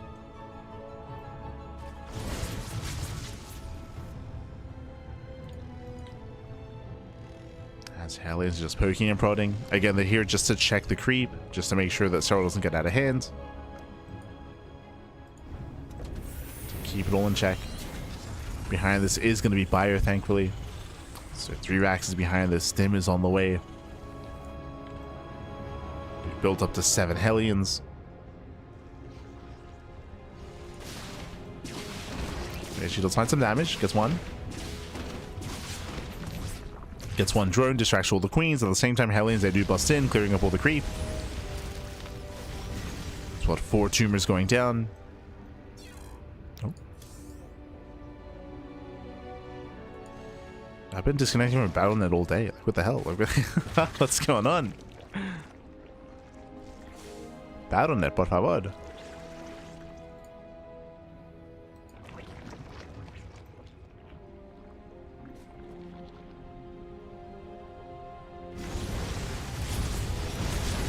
Again, Hellions once again just checking the bases. Now double banshee towards the natural. This time the overseer's in position. Oh, and do you see what I see? Fast Infestation Pit. Now, at the start of the game, I did mention how Serral has been mixing in a lot of Ling into Infestor into Ultra Tech. Here we do see an earlier Bailey Nest, so Serral is playing safe. He's going Ling Bane first, but this does read Ling Bane into Ultra, or into Infestor Ultra. As Hellions, they threaten to die, they catch out some drones. Oh no! Oh, one Hellion gets surrounded. Yeah, Cure does overextend, not quite worth it. As he bleeds out some Hellions at the same time, Banshees, they do hit the natural. Drone's going to be going down. How many? There are 5 Hellions left, so 2 went down. And I mentioned earlier, this typically does lead into that 7-minute timing. We have 1-1 upgrade. Stim is on the way. Oh, sorry, Stim is done. Getting into combat shields. There's the hive. And Serral, he's almost at Ultra Tech. He's almost there. He's rushing into set ultras. That is going to be Serral's big power spike. Meanwhile, here comes Cure's move outs. 7 minutes. He's got a couple of Hellions. Armories on the way, so he can support with Hellbats. But I believe there's only 1 tank. Yeah, just the one. I don't really see Cure getting much done here. We'll see. He's pushing further in. Serral catching reinforcements. Very nice. Marines getting called out. Catching out Marines, getting ready for a surround. Trying to lure the army further in. Armory just now finishing. And here come the Hellbats, but it might just be too late. Yeah, it might be too late. Lings, they come in for the surround. Bailings, they smash into the Hellbats. Ooh, massive connections towards the end. And with that, Serral holds. Serral, he does hold on. He shuts down the army. Hive is now done. We have Adrenal on the way. 2 Vipers as well.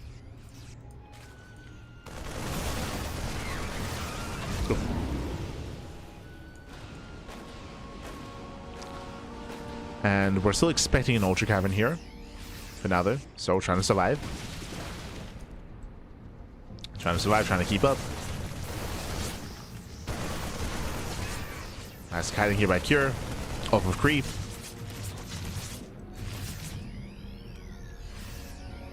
Just keeping Serral busy. Serral prioritizing 2-2. And Cure, again, he's still trading very nicely here. Oh! At least he was. It was trading well. Bailey does connect. Gonna be forced back. So Serral, he's holding on. He's holding, he's defending. Kira still committing across the map.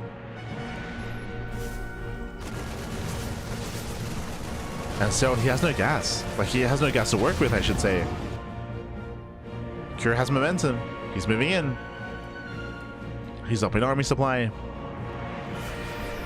He's keeping up an economy. Getting another expansion. So far we have a nice spread. Vipers are coming in. Get decent bending connections, and it looks like Serral, he will clean this up. Nice Spinning Clouds. Gets one, gets two. Viper does fall. But Serral holds. And he holds on, catching up the tanks. Catching up the Marines. Serral does hold. Now we get our safety infestors on the way. I'm a little bit surprised we went Viper instead of Infestor. I feel like the infestors could have been a little bit stronger here. But now we're getting them. More gases are being taken. And I'm still on the fence with this build here. I'm still on the fence of going into Vipers, of going into Adrenal, of delaying the Ultra Cavern. So he's maxing out. And I mean, he's gotten here. True.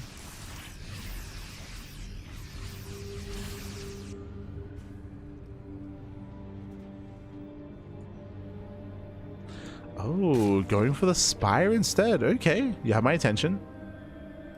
Going for the Spire. Are we thinking just straight Broodlords?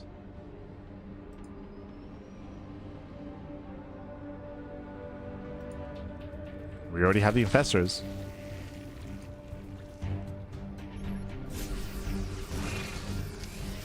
Okay. So we're not committing into Ultras. Oh. Baiting at the mines. Burrow on the way, let's go. SF ourselves keeping up with the army. Massive Fungal, oh my god! They're catching up the army. Fungal does catch him out. Massive alien connections. Curie plummets in supply, and Serral, he's free to tech up. He's free to tech up, getting 3/3 upgrades. Spire is almost done. Waiting to see if it is indeed going to be just a fast greater Spire. How we see the Ultra Cavern, this does feel very late. But hey, he's getting there.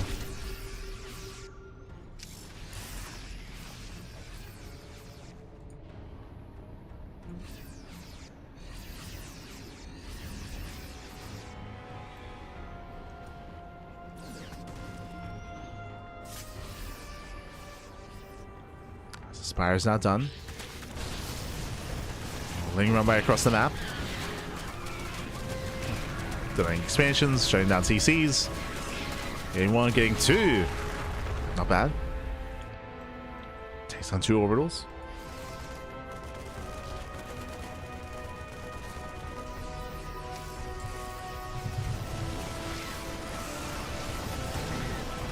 And catching up the orbitals.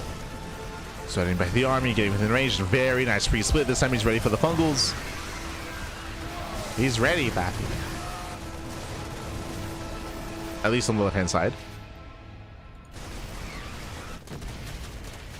Trying to spread thin. Meanwhile, Lings, they bust into the mineral line. Hatchery does go down. Yeah, Serral can't quite engage. Does force him back. Meanwhile, I mean, nice 9 mining. Doesn't kill many SCVs, but does 9 mining at the third at least. Delaying the economy. And here come the Ultras. Now, what's scary about these Ultras, one, it does feel very late, unfortunately, but there are still no ghosts. That's what's important here. There's no Academy, there's no ghosts, there's no Fusion Core, there's no Liberators. So right now there's no answer to the Ultras. Mass Marauder can hold its own somewhat against Ultras, but they're not ideal. They're not ideal, so it does feel like Kira's army is being outscaled. It does feel like he's stuck on a very mid-tier composition.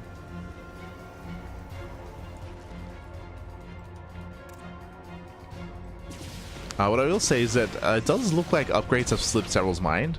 Serral, he has how many? He has 4 Ultras. He does not have any Ultra upgrades. Yeah, just now starting kind of plating. This is late. So a late upgrade. This does impact Serral's ability to actually engage, to actually push out. Ay, ay, ay.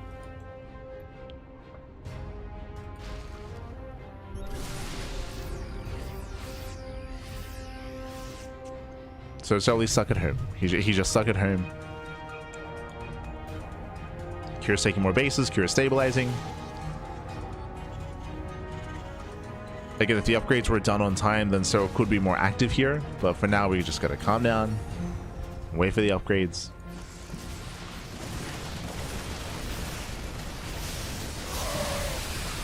He's gonna be collapsing here, trying to hold on to the fringe bases.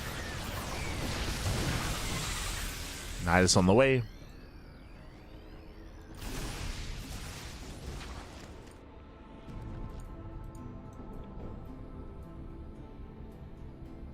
So another ultra specific upgrade other than plating. We have plating and ultra speed.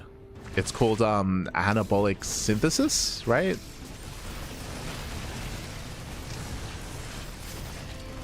Yes, there are 2 ultra upgrades. So far, nice catch on creep. Ooh, so he reacts with everything. Jesus. A bit of an F2. Panicking a little bit. But there it is. That's ultra speed. Anabolic synthesis. I think that's what it's called. We'll see when it pops up.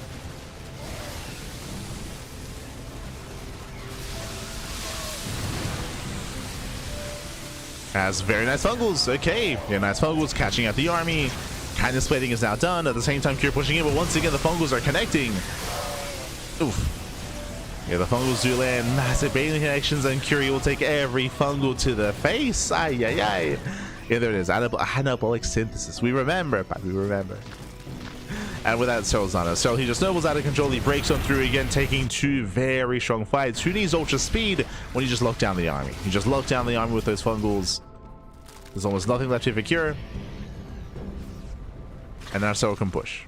Now we can start to push. Now we can start to move out. We can start to engage into these bases.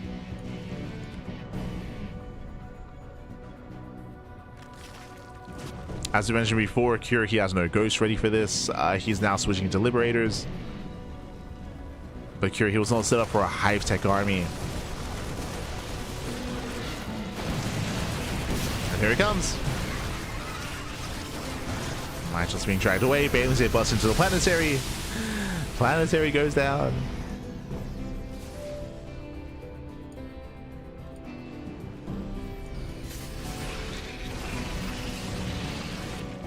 And so just back off, rebuild, remax, and do that again. Just keep knocking down bases.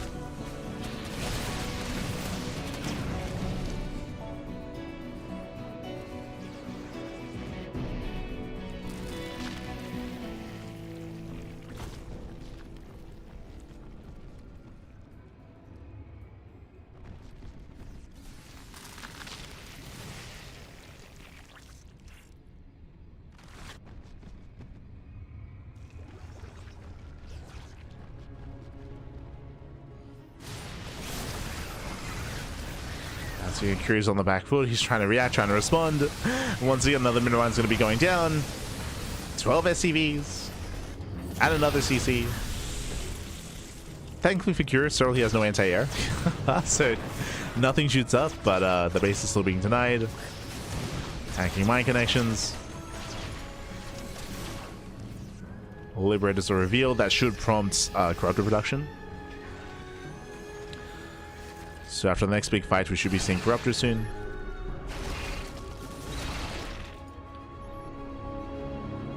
Shout out to the Changelings. Delaying the expansion.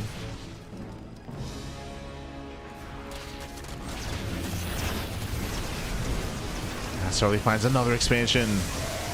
Decent fungal catching at the Marauders. Yeah, Bands are coming from behind. They collapse on the entire army. Ultra's pushing in as well. Oh my god, dragging the mine shots. Does drag the mines. And again, Kiri's down to 53 SCVs. Barely an economy. Another fungal. Oh god. He just keeps landing the fungals back. Ay, ay, ay. It breaks through the Winter Mines, pushing it towards the 3rd. Here come the Corruptors, now on the way.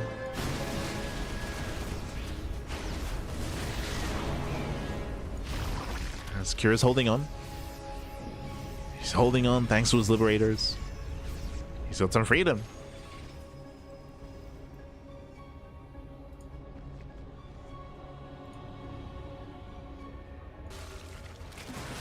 But we don't really see Cure really breaking out or doing any substantial damage. Does get an expansion here, but Serral, he can afford it.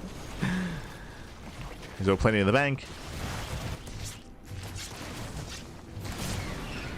Liberators are being annoying. But again, now there are Corruptors.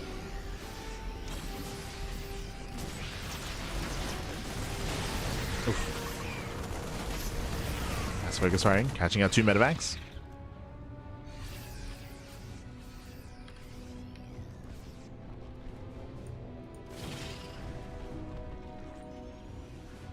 This is where technically we could see a Greater Spire and a switch into Infestor Broodlord. If the Terran builds up into a high ghost count, but again, there's still no Academy.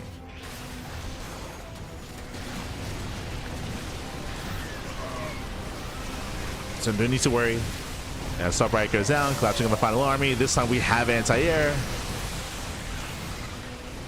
Despite that, Serral unable to push in. Has to pull away. This time Serral does not have a defending army here though. Curry breaks out, he distracts. Just trying to buy time. Cure, fun fact, he's out of gas. Completely. There's no gases here at the 3rd base, there's no gases here at the 4th, there's no gases at the triangular 3rd, there's 0 gas income. No. You can only make Marines back, that's all he's got. Only Marine. Bandits, they smash in. These Marauders, they cannot be replaced. We need some gas, Batty. Oof. As every medevac goes down, every Liberator as well. There's nothing left in the skies. Oh, that at least back at home. Still a secondary army.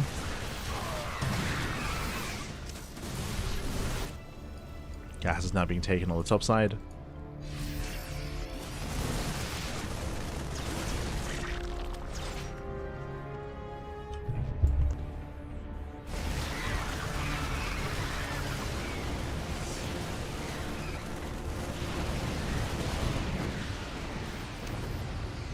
Need to take the Brood War approach. Just call it what it is. Faster running, more shooting. Oh no.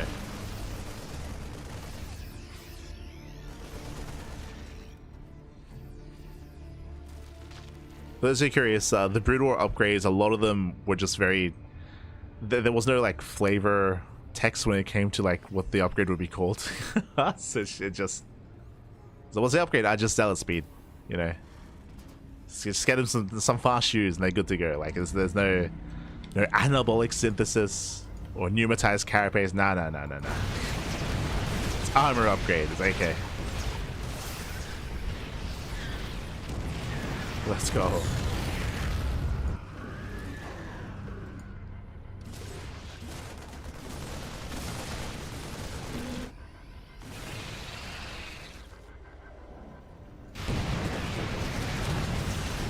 As again, it's kind of been a battle of attrition in a sense here. Like, Cure's just been trying to hold on for the past, what, 15 minutes? 10 minutes, really. But still, he has broken out. He takes down the fresh expansion. Collapsing of the army. Cannot get away. Big fungals. And again, there's just no answer to these ultras. There's no ghosts. There's no liberators. GG gets called. And Serral, he will take game number 1. GG. Whew. GG, well played. Serral who'll take lead in the series. Winding it back here, Cure, he did have some nice moments. He did have some momentum at certain aspects, of course, in the early game when it came to hit the initial Reaper harass, for example, when it came to the first bio push as well. Unfortunately, Serral, he was able to defend well enough, and get away with his tech, rushing into Hive tech. It was really odd build out of Serral, I will say that. If you remember, he rushed into Hive, and I was expecting a rush into Hive into fast ultras, but he delayed ultra production quite heavily. He got a fast Viper, he went into Adrenal first as well, he prioritized 2 upgrades, and it took him a long time to build up in those ultras. He was very safe. He was very safe. A lot more commonly, we see Zerg players go through that ultra cannon a lot faster. We often see it a lot faster, but here Serral, he kind of took his time and played a safer game instead. Just a safer game, a safer build. Unfortunately, there were a couple of moments where Serral did slip up, referring specifically to the ultra upgrades that did kind of elongate the game. There were moments where Serral could have been more aggressive and could have been more assertive, but because the upgrades fell by the wayside, it meant that he had to stay at home and take a more defensive stance instead. But GG well played. With that, Serral takes the lead, and now we're going to be loading into game 2, going to be loading into Ruby Rock. Let's go. As we're getting into game 2, a much smaller map in the map pool this time. Much smaller map. As spawning in the bottom right hand corner of Ruby Rock, we have the Finnish Zerg player. We have the blue Zerg representing Basilisk, leading the series 1-0. It is Serral. And spawning in the top right-hand corner, we have the red Terran, the South Korean Terran for Team Liquid. It is Cure. Here we go. Now we are loading into a smaller map, and because of that, we typically expect more aggression, right? We expect more aggression. We expect some crisper timings and some more committed builds out of Cure. But Cure isn't really that kind of player. Like, he does hit some strong 7-minute timing attacks, that is true, and we have seen him embrace 8-Raxes in the past. I just don't know if he will this time, especially because in current meta, 8-Raxes are weaker, right? They are definitely weaker than they once were. I'm not opposed to the idea of going for an 8-Rax here on Ruby Rock, but it's up to Cure. And we'll see. We shall see. For now, hatch gas pool, going to be opening up, going to be settling in.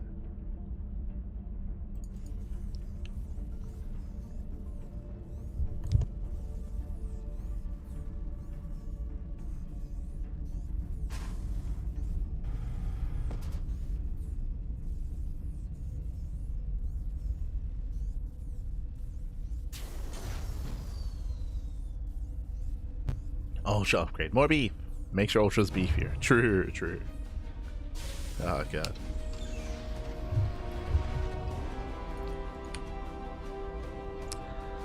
So players are going to be opening up. From here, there's no 2-Rax Reaper opener, for example, out of Cure, so we're just going to be opening up Rax Expand. Last game was Rax Expand into Cloak Banshee. Into 3cc Banshee. We'll see if he does something similar. I mean, that's just kind of the go-to, the standard build in TVZ is 3cc Banshee. For now, Serral joining, saturating. Because the map is a little bit smaller here, there's a higher chance that Serral does open Roach. Roaches are just a very safe way to play in ZVT, just because they're a little bit less lava heavy. They're more lava efficient.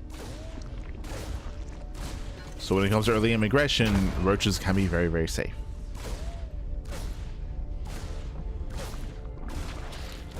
As Reaper does poke in, forcing at a gas geyser, kills one Ling. Does not kill a drone though. Not this time. Oh. As the Reaper is zoned away, third CC has been thrown down. So once again, 3cc starports out of Cure.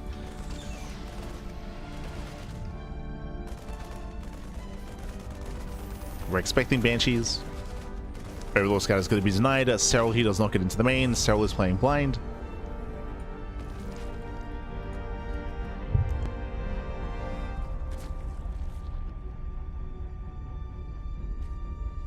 But I don't know if there's really much to hide here. Eyes are on Cure. Now, he knows that he did zone away the Overlord, so we could try to hide something. We could try to be cheeky and go for like an armory and keep the reactor on the factory. We'll see. As once again, Cure is making sure there's no Overlord Scouts.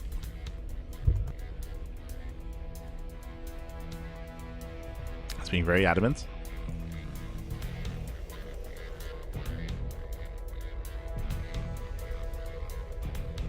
As we're waiting for that next tech structure here. Tech lab is on the way. Where's the starport? There's another Marine. Okay. Are we going for the armory? Are we going for a Hellbat push? Cure's being cheeky. Oh no, never mind. Going for a very fast double eBay. Now, do you remember what I said in the lead up to this series? Oh, sorry, in the lead up to this game and this map specifically. We were talking about A-Raxes. We were talking about A-Raxes 3-base all-ins, and I was discussing that I'm not opposed to an A-Rax on Ruby Rock. I just don't know if Cure is one to commit to an A-Rax on this map. What is an A-Rax? An A-Rax is a 3-base all-in, whereas a Terran player, you don't take your gases at the 3rd base. You instead just fixate on A-Raxes, mass marine production. You rally across the map and you try to kill your opponent. This used to be very trendy last year. I say last year, like 2024, 2025, early 2025.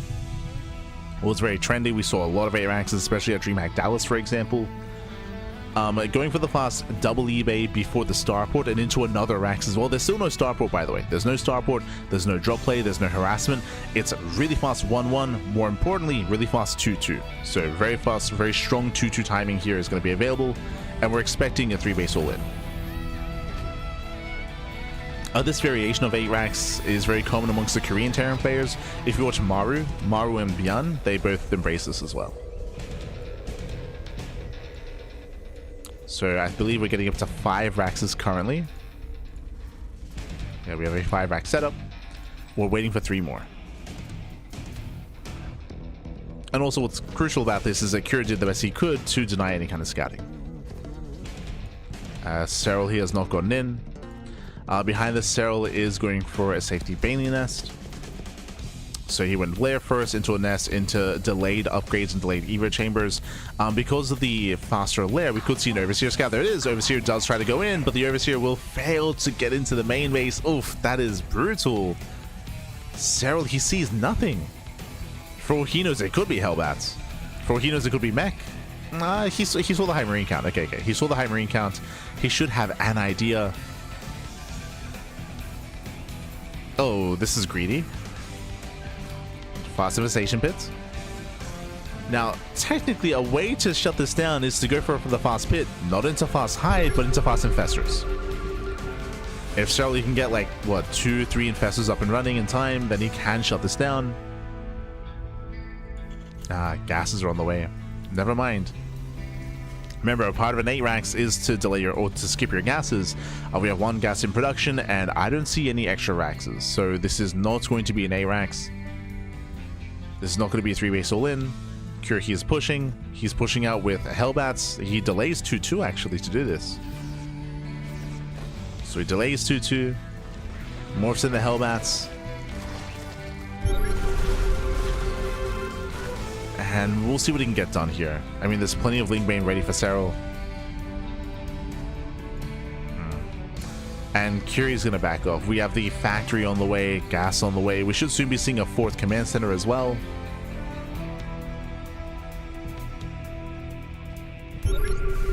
And I'll be honest, Cure, he invested a lot here into this timing, and it's not really achieving much. He's denying creep, that is true.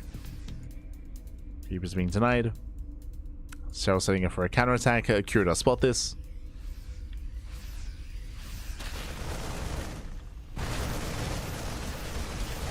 Wings to collapse in. Not bad, catching out some Marines. And there are those safety infestors. 2 infestors are on the way. There's going to be plenty of fungals. Or at least 2.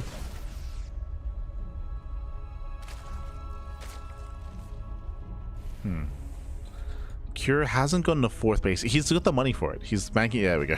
I was a little bit confused. I was like, he's got the money for it. Where's the 4CC? Okay, 4CC is now on the way.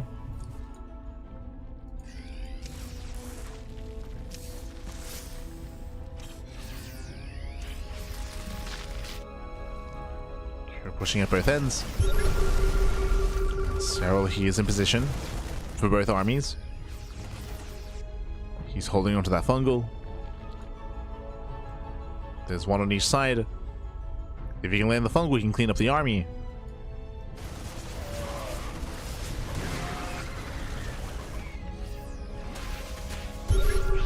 Secure does pre-split.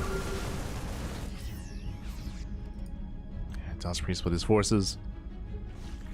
I will say that even though Cure, he hasn't been able to achieve too much with this move out, he has retained the army, right? Like, he hasn't committed, he hasn't overextended. He's retained the army over time. Soon to be maxing out. So does commit. Yeah, he commits in. Decent baiting connections, shuts down the Bio army, Fungal connects as well, and Serral, he shuts down the northern flank. At the same time, here comes the southern push. Here's moving in.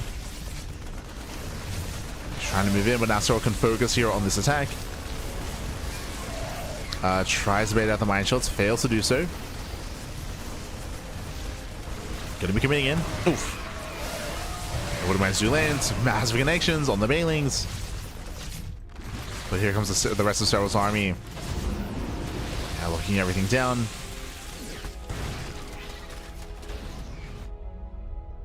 Still very intense. Cure rallying on the top side.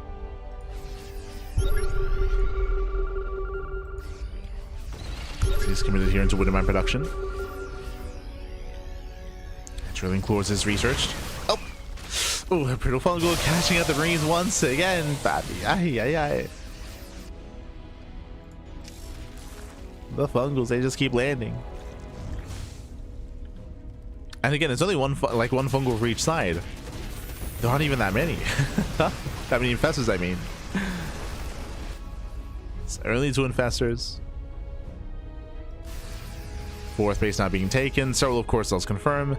Serral already has a hive. With that hive, Adrenals on the way. Hydra production. Really late Hydra production here out of Serral, but interesting that he's going into a more Hydra Lurker heavy composition this time. No Ultras. So Serral's mixing it up.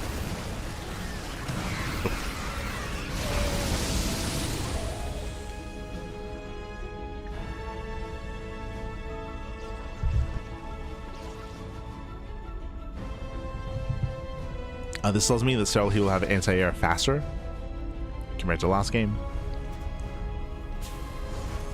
Doesn't have to wait until Hive Tech, and doesn't have to wait until Spire Tech as well to get Corruptors.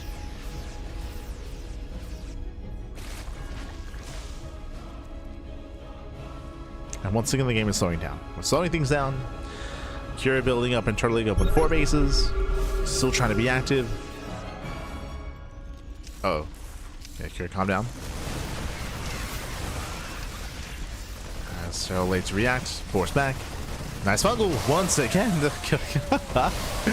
the Fungals, they just keep landing. Nice baiting connections as well. Serral catching out the army.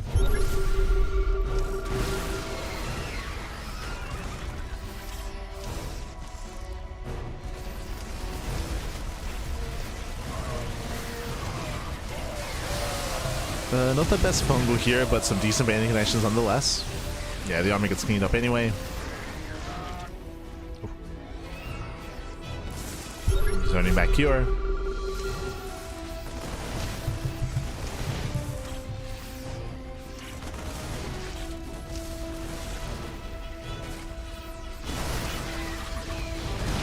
Oof. Does take some brutal modifications to the face. Jesus. Calm down, Serral. Calm down.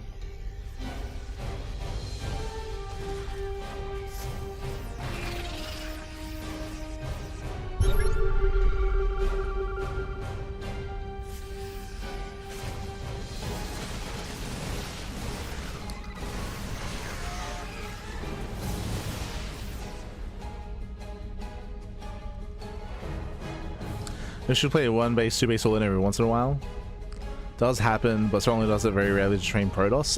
That's not true. Serral, if you watch Serral versus Clem, Serral does mix in a lot of all-ins against Clem as well. But that's also probably because Clem is more favored in a macro game.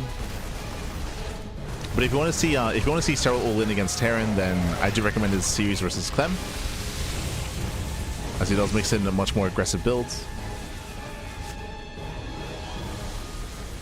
I do think that it's just an opponent-on-opponent basis here for Serral, where he probably feels very comfortable in a macro game against Cure, so he's just happy to just play it out more macro, build up into a higher base count, cut the map in half, get into Hive Tech.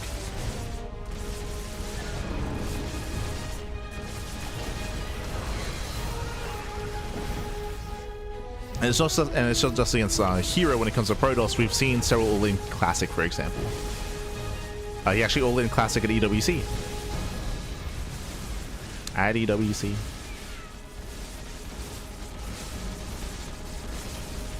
And in ZVZs as well. Serral, he's fond of all-inning there.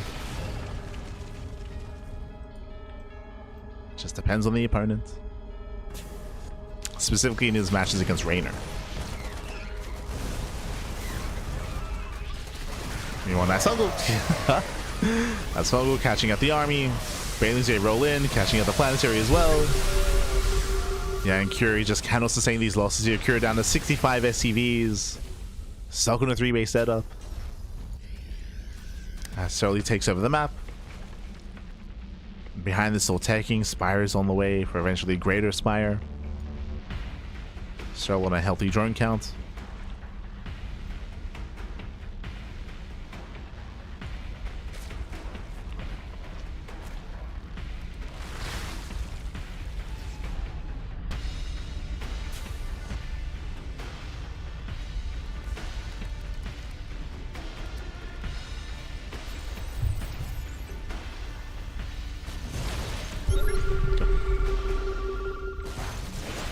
As this time we have gone up to Ghost with Dada. Yeah, Thungles will catch him out. 2 Ghost to 4, getting 3, getting up to 4. Yeah, 4 Ghost kills. Now we activate Cloak, but there's detection. And with that, Serral takes another fight. That was how many? That was 7 Ghosts going down. Ay, ay, ay. Expensive losses for Cure.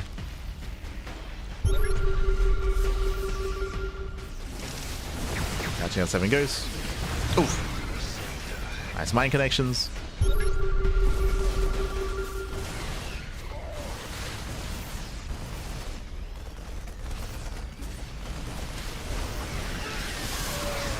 Yeah, so he finally does commit, and this time he should break the army and the expansion. So he has enough, even lands a fungal. Some brutal fungals. Bailey's they catch him out. Still just rallying in. I believe there is still a planetary here to fall back to, so Cure he can hold the line. But again, he once again plummets in supply. Serral doesn't have enough to push into the planetary, but I mean, still takes the fight. Still takes the fight.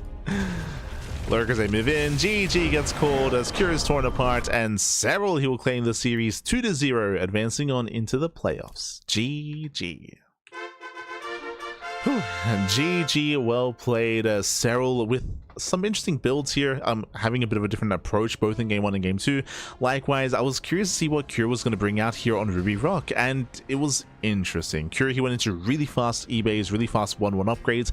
I made the assumption that it was going to be fast 1-1 into fast 2-2 into a 3-base all-in A-Rax, but no, Cure he stayed on 5 Raxes instead. He went for a 4 CC, took a gas, took another factory as well, and instead did have a somewhat aggressive mid-game, but not a committed mid-game. So again, Cure he was active with his army, he was applying pressure, but unfortunately he was never able to push into the bases, and Serral was able to comfortably build up into infestors. And we saw just fungal after fungal land.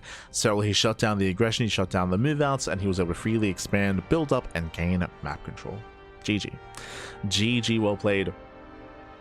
As Serral he does claim the series, Cure gets knocked down to the decider match. GG. GG, well played. That leads us here into our next matchup. That leads us into our PvP. Oh boy. Up next is going to be the elimination match. So Classic went down earlier to Cure, Zoun went down to Serral, and now they're both facing off against each other in that elimination match to determine who's going to be knocked out of the group first, and who will advance on to that decider match. Let's go.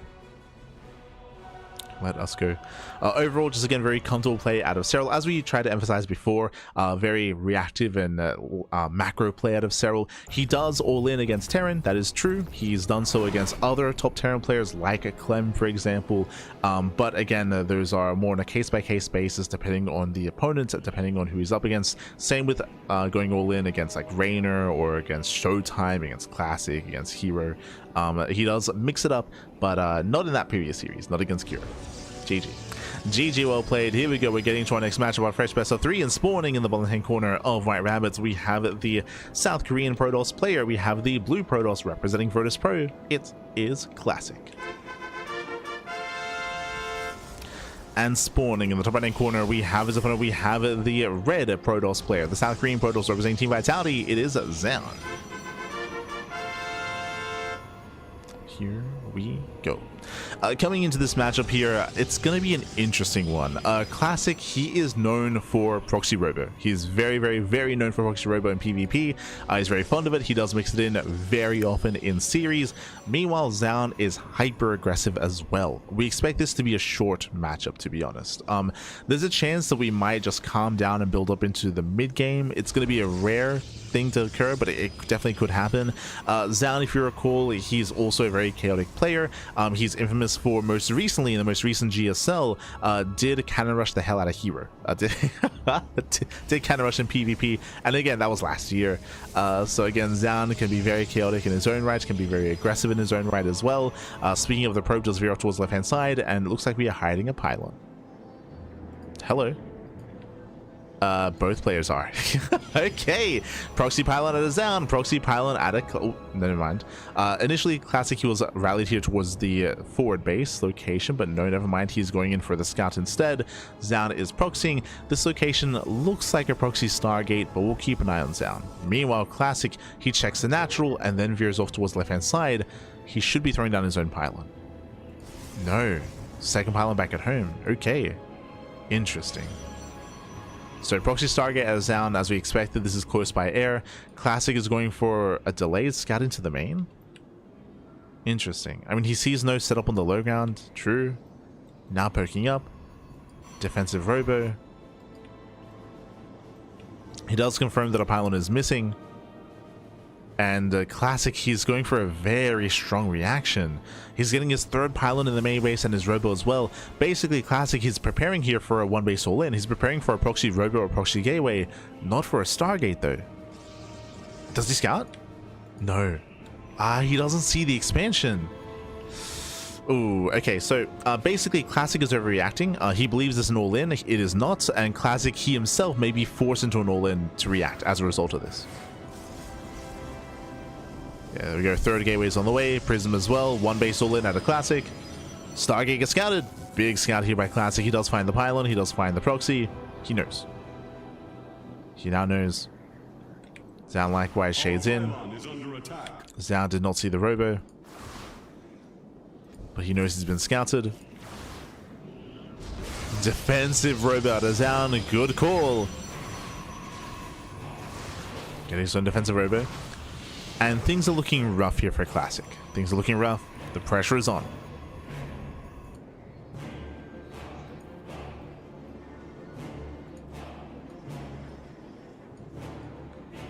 So Prism does move out across the map.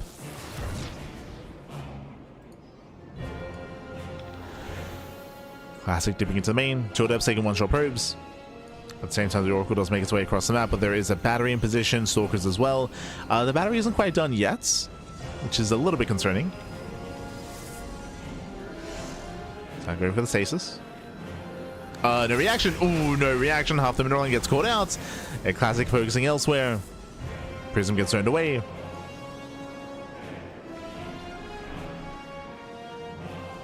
And again, Classic, he is struggling here.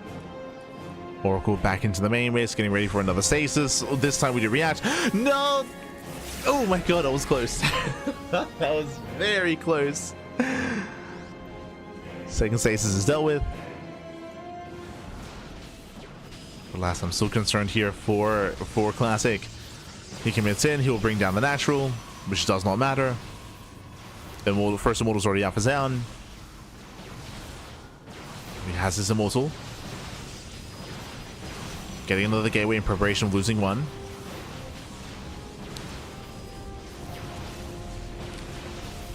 So the War Prism is on the way. Nice force field, but last we can pick up.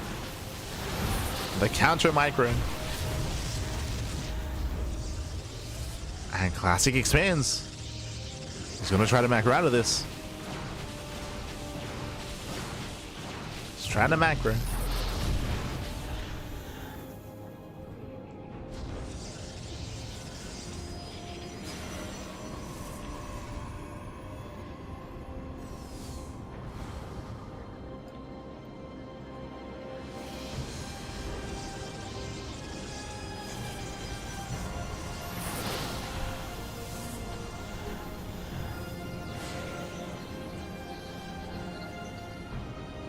Classic still does threaten the dive. Eventually, Zoun will break out. So he's building up to 2 Immortals. Classic getting his own back at home.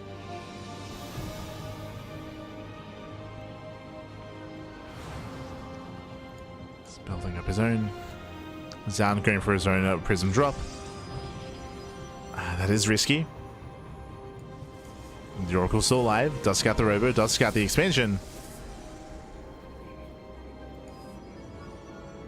It's go time. Classic, he does spot the move out. He has the Observer. Observer's in position. Does spot the main army. Back at home, we have batteries on the way. Getting 1, 2, 3 shield batteries. And some force fields. That's a lot of sentries. Classic, he can hold. He has potential here. He's getting a second Immortal as well. Yeah, he's going to be even on Immortals. It'll come down to the force fields. It'll come down to the engagements. The force fields on the War Prism micro. Let's go. Army supplies are neck and neck. Prism is zoned away. Force fields that look down some of the sentries. Nice save. Ooh, losing 1, losing a Stalker, and just the 1 Stalker so far. So nice save out of Zoun. That could have been a lot worse.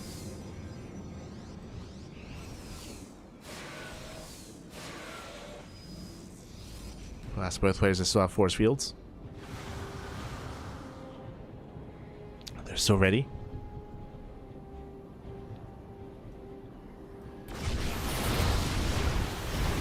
From here, poking forward.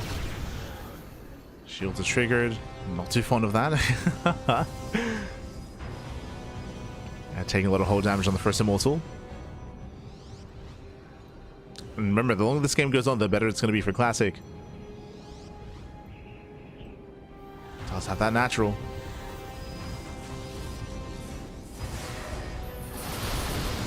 As Clash does catch out a Sentry. Sentry and Adept. Yeah, late reactions out of Zoun. Does have the better concave initially. But Classic is breaking out. He is breaking out. He has more force fields. He looks down the Immortal, gets 1. And Zanny pulls away. GG gets caught. He fails to break the natural in Classic. He will take game number 1. GG. Whew. GG, well played. Again, it was a shaky start for Classic. It was definitely very shaky there to have a hard time expanding, have a hard time controlling his own economy, and also misreading the build as well. But he was able to move out across the map, contain his opponents, and get his own natural. And again, the longer the game went on, it was better for Classic. Classic was on 2 bases. He had the better economy, just had to survive. Just had to defend. GG. Got some really nice force fields and some nice micro there out of Classic, and with that, Classic is 1 game away from claiming the series. We'll see if Zoun can recover. Let's go. We'll see if he can recover.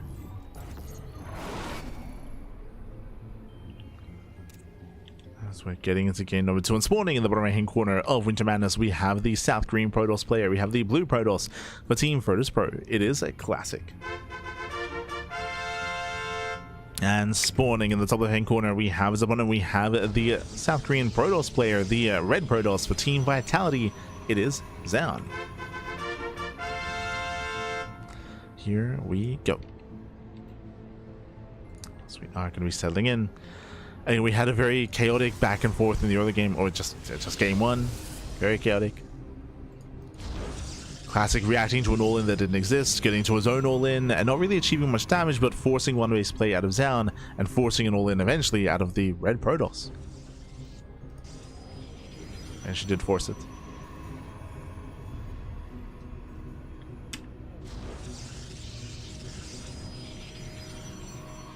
Oh.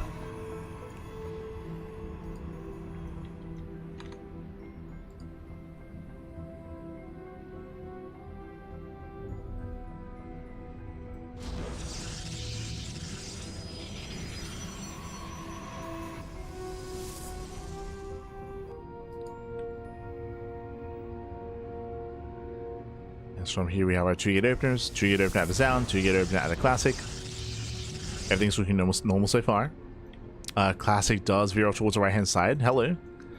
Once again does hide his probe here on the right hand side, and this time committing to his own proxy pylon. Okay, so proxy out of Classic is going to be his turn to 1-base all in. I mean, I say his turn, we took turns last game. Assuming that Classic makes use of the pylon. Yep, does come back around. Pylon's finishing up. Cybercore is still a couple of seconds away. And there's a prime location for a proxy Robo. For a Robo one base all in. If that is, Robo's on the way. We mentioned at the start of the series that Classic is very fond of proxy Robo. And we're seeing it here in game 2. Now, Zoun, he scouts. Zoun confirms that a pylon is missing, so he's looking for it. You can see here that Zoun is scouting bottom left, and he's scouting top right. Ooh, and will he see? I don't think he will. Yeah, he's too far out. He's too far. He's hugging the edge of the map, and he will miss the scout. He will barely miss the proxy. Ay, ay, ay. Zoun. He was so close. So close, papi. Oh. Does double back around. Back at home, he's being pylon blocked. Low ground pylon as well. Oof. Yeah, that pylon is exposed. Zoun is still searching. Behind this, going for a Twilight Council. Interesting. Twilight Council on base, getting into one base blink. I do favor Classic coming into this.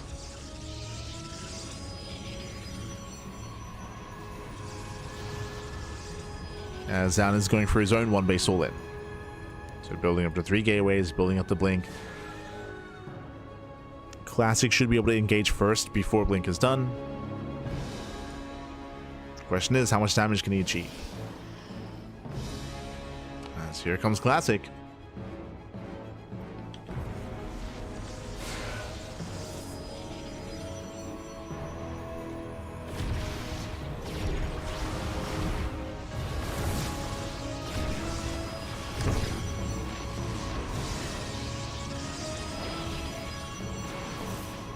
Catching out a pylon. Now Zoun is fully aware. He throws out a wall of shield batteries. Jesus. He's trying to hold on. But again, fighting back against Immortals with purely Stalkers, it's going to be difficult here. Oh, nice. Oh, the force field locks down one of the Stalkers. A massive catch. Gets one. Takes out a sentry as well. Zoun did overextend. And with that, Zoun has had a rough start here. And this may just be too much. The wall is broken. An Epsay busts into the mineral line. Zoun, he has to react to it. He has to respond. Oh, gets a volley off on the Prism. Prism is low. Does have another force field. See if we can make use of the choke point. So far, not quite. Depowers all the production. We have one more gateway behind this, warping in 1 unit at a time. Blink is now done. The boys are being pulled. Oh my god, he does dive in. Prism goes down. Immortal goes down as well, but he loses so much in the process. And in the end, Classic, he has done it. He breaks through the economy. He breaks through the main army as well. There's still one Immortal, and there's another rallying in. The boys, they're coming. Oh my god.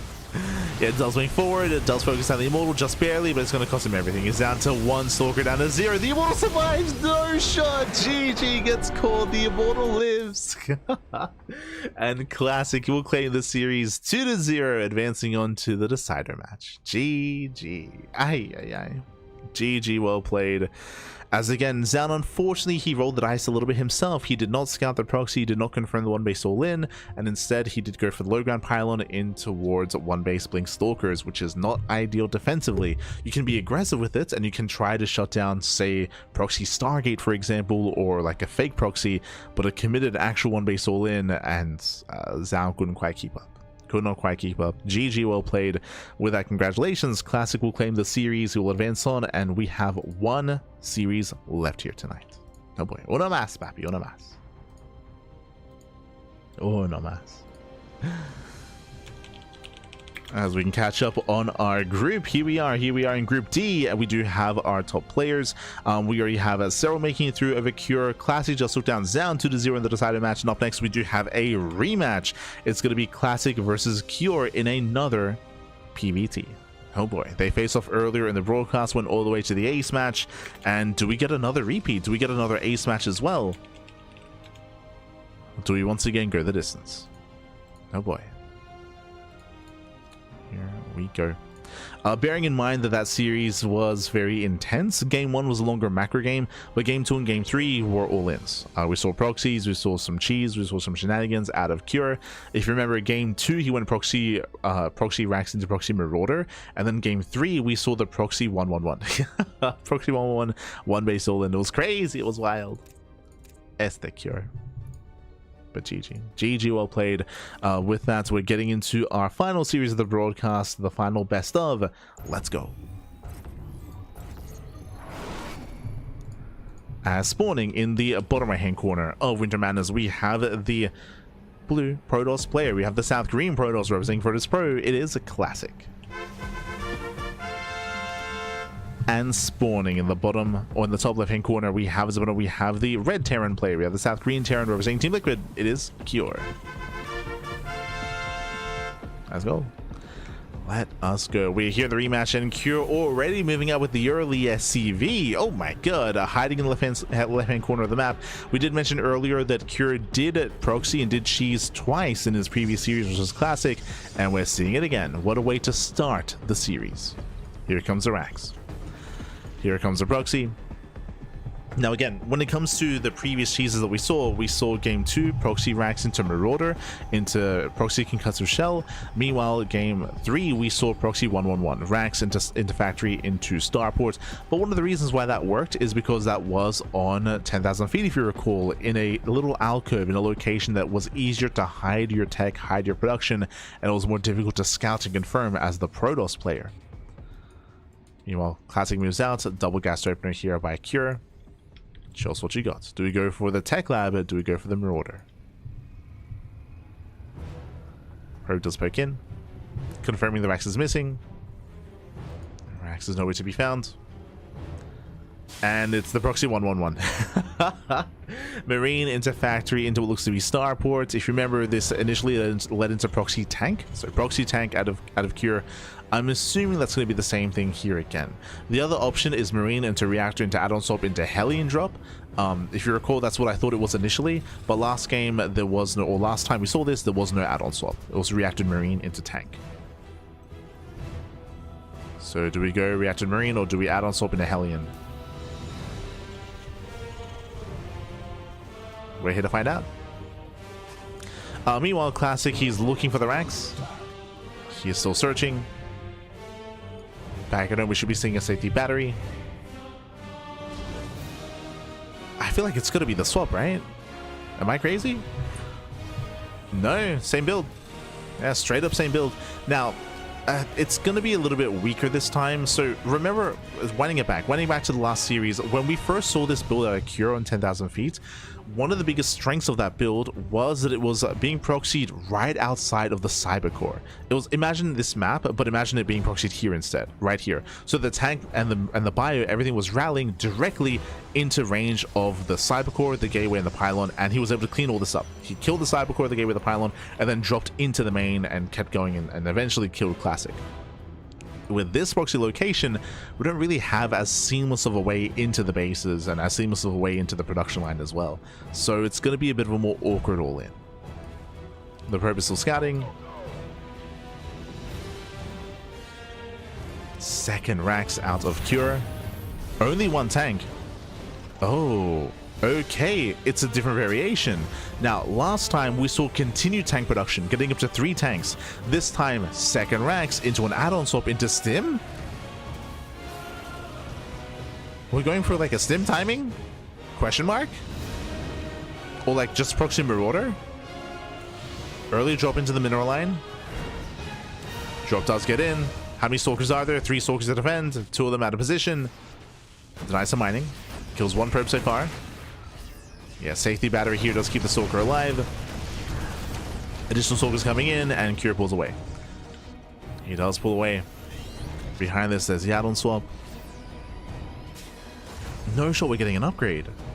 He is. Combat shields. Going to combat shields. Still trying to poke in. Classic once again out of position. Ay, ay, ay. Oh no, where are we going? Yeah, a little bit indecisive. Another probe goes down. Classic does rotate towards the proxy location. He now knows. Tank is pre-sieged. Cure, where are we headed? Where are we dropping? Does get punished. Yeah, tank fully goes off. Classic, he does see the research. He knows. He now knows it's a different variation. Delayed tank production.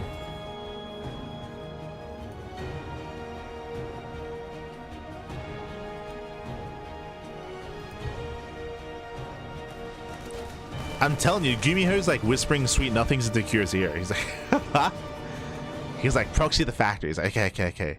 Then he's like, add-on swap. Kyo's like, what? It's like, do it. Add-on swap. It's like, I don't know if I should do it. He's like, okay. Oh no. Gumio, he's a devil on Kyo's shoulder. Directing him. And hey, it's working. There's only one immortal. Hopping on micro saves the tank. Nice force fields. Ooh, one tank goes down. Nice target firing. But there's two left. Ooh, tank fully goes off. Liberator has arrived as well. He's got some freedom. He's got the liberation. Tanks are delayed. Again, nice use of the force fields. But the tank is moving in. There's now a second immortal. First battery goes down. Curie slowly gaining ground here, pushing in. At the same time, Stalker has to cross the map. Okay, no mining. Yeah, no mining, no economy. What you see is what you get. Curie abandons the main. But can he get on top of the robo? And massive tank shots.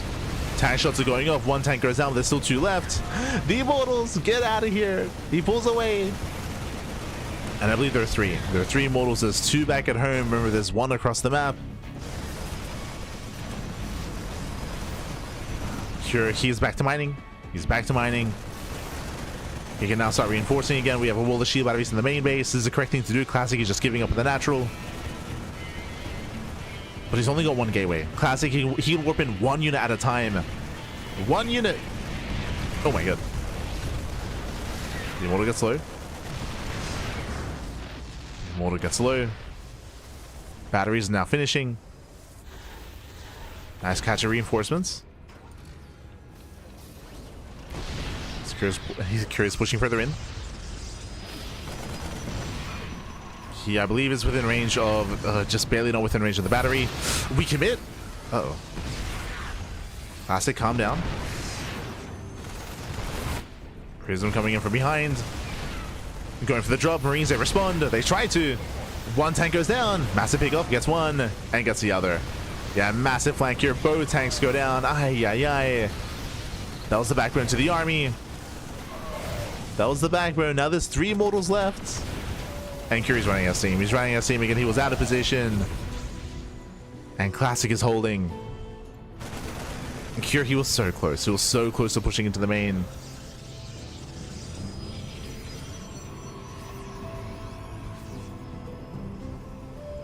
Still rallying, true. And once again, Classic, he leaves one. He just abandons his army back at home. He's going with the immortal drop. There's gonna be one less immortal defensively. 3 gateways just now being powered. There's not much of an army here. Cure can still do this. He's got a tank. He's got a reinforcing tank. He's got it.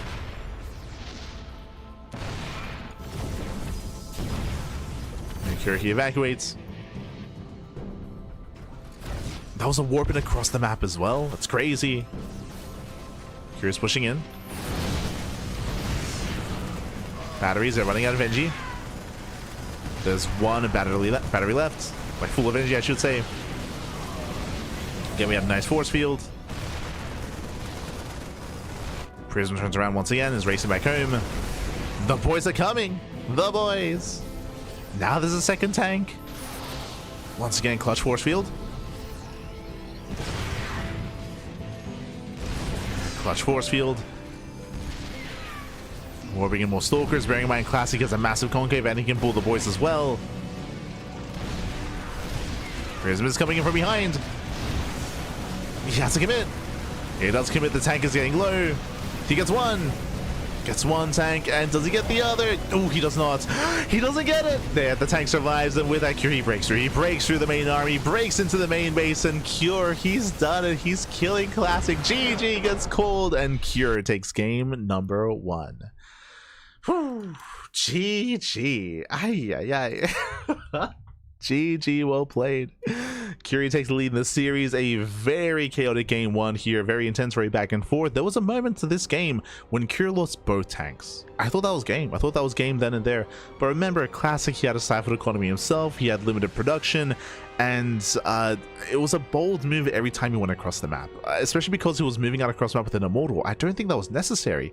I mean, what I should say, going across the map to harass and deny mining makes plenty of sense, but going across the map with the Immortal as well, oh, that feels very greedy, just because that's a big part of your defense back at home. Not having that is brutal, and it does give room, right? It gives room for the Terran player to advance forward, to push in, and to break the natural. It's a hard call to make whether the correct call was to drop across the map or try to camp to production, right? One or the other. He was going across the map. He was denying mining. He was killing SCVs, but alas, in the end, we saw that Cure broke through. He rebuilt his economy. He rebuilt his tanks. GG. Whew. GG, well played. A very chaotic back and forth. Very, very chaotic. And with that, Cure is one game away from claiming the series. Una más, papi. Saludos, papi, saludos. Estanzos. And here we go. Spawning in the top left-hand corner of Ruby Rock, we have the blue Protoss. The blue Protoss, the South Green Protoss, representing Protoss Pro. It is Classic. And spawning in the bottom right-hand corner, we have the South Korean Terran player, the red Terran for Team Liquid. It is Cure.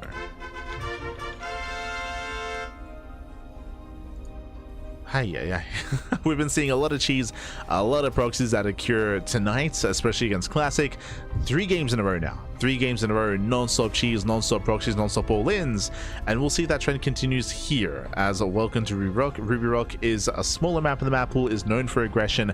This time the Rax is back at home, but this does not mean it's going to be a standard game. Cure still has the potential, the possibility to go into 2 base all-ins. Oh boy.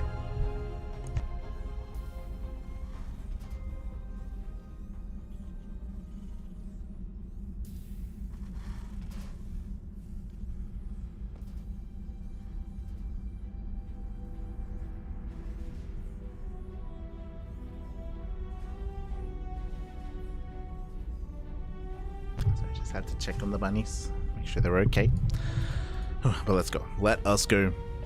As we are loading into Ruby Rock. From here, we do have Cure going for double gas to open out a Cure, which means a faster factory. It means a delayed CC out of our Terran player. So he's going for a more tech heavy start. This can lead into a heavier Mind Drop play, Reactive Reaper Hellion, earlier Cyclone, earlier Banshee play is going to be an option. Is going to be available. Classic, of course, as Scout.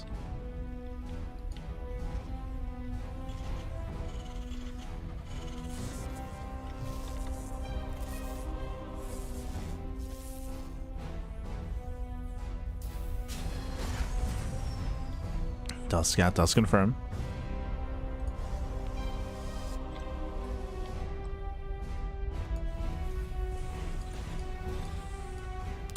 Oh, hello. Wait. 1 base all in? hold on. So we do see Cure going for the ranks into early tech lab, into early factory, into very fast tech lab actually. From here we can add on swap into Cyclone play, or we can go into Marauder. There is still that CC on the low ground, but this is very tech heavy. This is a big investment early on. Okay, going for the add-on swap. Should be Cyclone. Yeah, Cyclone's on the way.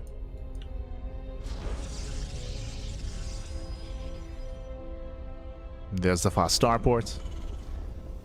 Again, due to the double gas opener, all the tech here is just faster. And again, from here we can go into another tech lab and go into an add-on swap into Banshee play, or we could go into something a little bit different here.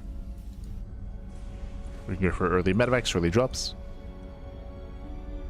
Reaper pokes in. We should be seeing a very safe build out of Classic. So far, he has 1 gateway in the main base. He's got a Twilight Council and another gateway here at the natural. So far, 2 gate blink. Wouldn't be surprised if we see another gateway and a robo on 2 bases as well.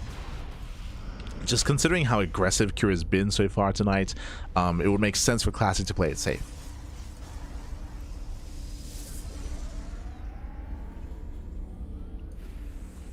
And we have the answer. It's going to be early Mind Drop. Okay. Despite the tech lab on the factory, we're going into Widowmine production, into early drop play. Curious what the follow-up is going to be. as that is an extra pair of gateways. And the Robo. So again, as we assumed, it is going to be a very safe play here at a Classic. Classic is choosing to delay his third. So delayed third base. Kira is also in position to delay. As we are delaying tank production and going into bio, going into stim. So this is going to be an earlier stim timing than we're used to. So earlier stim, earlier bio, a more aggressive follow-up. Hallucination does confirm the add-ons, so big scat there for Classic. And Kira's ready for his drop.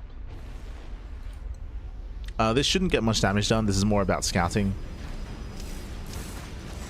Classic pulls away.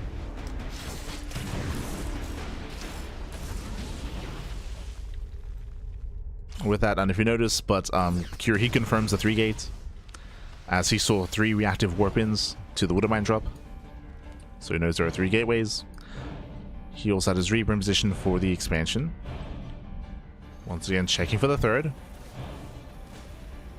And does delay. Yeah, kills the probe, delays the expansion. Kira is now fully aware.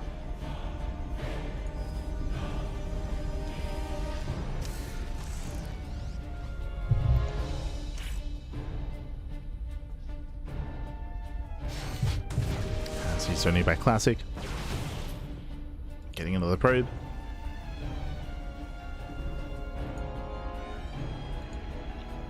In total, that's 4 probe kills with 2 Widow Mines.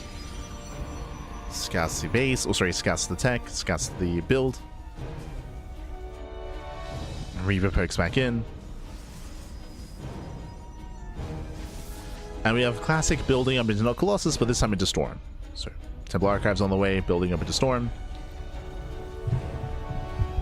We're getting into the mid game. We'll see if Classic can get there. See if he can get there. Kira, I'm sure he does notice the Observer. Classic likewise being very careful with his Observer as well.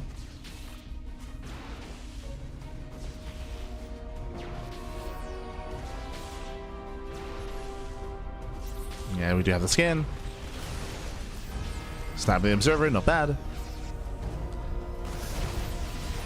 And Stim is done. Curie breaks out. Catching a Stalker already. Yeah, a bit of miscontrol of the Classic, losing a Stalker. Behind this, Curie building up. Getting into +1 and can start to move out. Bearing in mind this won't be an all-in, he does get a 3rd CC behind this. But still very committed. Catching a Stalker. A Storm will be done in time to defend, so Cure should not break the expansion. With Storm, Classic should be fine. Finishing up in 5 seconds. It's now done. There's our Storm. Storm turns away. There's 2 more Storms left. Oof, brutal connection. As we're still trying to hold on to 1 more Storm. Zelta running out. Stalkers, they do start to fall. Uh-oh. There's a Storm. And that was it. That was the final Storm here. We're about to have 1 more Storm available in a couple of seconds. Boys are being pulled. Classic getting desperate. Yeah, desperation defense here by Classic. Probes being pulled away, going for the feedback instead. And Classic does hold, but again, a very messy defense out of Classic. Very messy.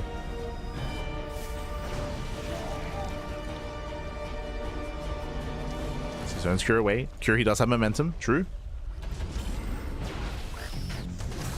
Does have momentum. Still rallying. Catching out another Stalker. Oof. And taking a Macho to the face. Classic throwing away units here. 1 Stalker and 3 Zealots. Classic, we gotta calm down. We gotta calm down. That's again, he barely held on. Cure still has that army lead. And again, that was the whole purpose of the build here, into earlier stim, into earlier bio production. Remember, Cure is expanding. He's taking his 3rd.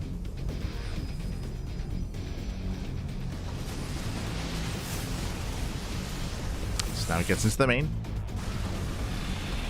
Busts into the main base. Nice positioning. Zealous just cannot engage. Oof. Yeah, despite being overstimmed, he can depower almost everything here. Depowers the Temple Archives, the Gateway. Picks up the Archon as well. To Classic just throwing away units.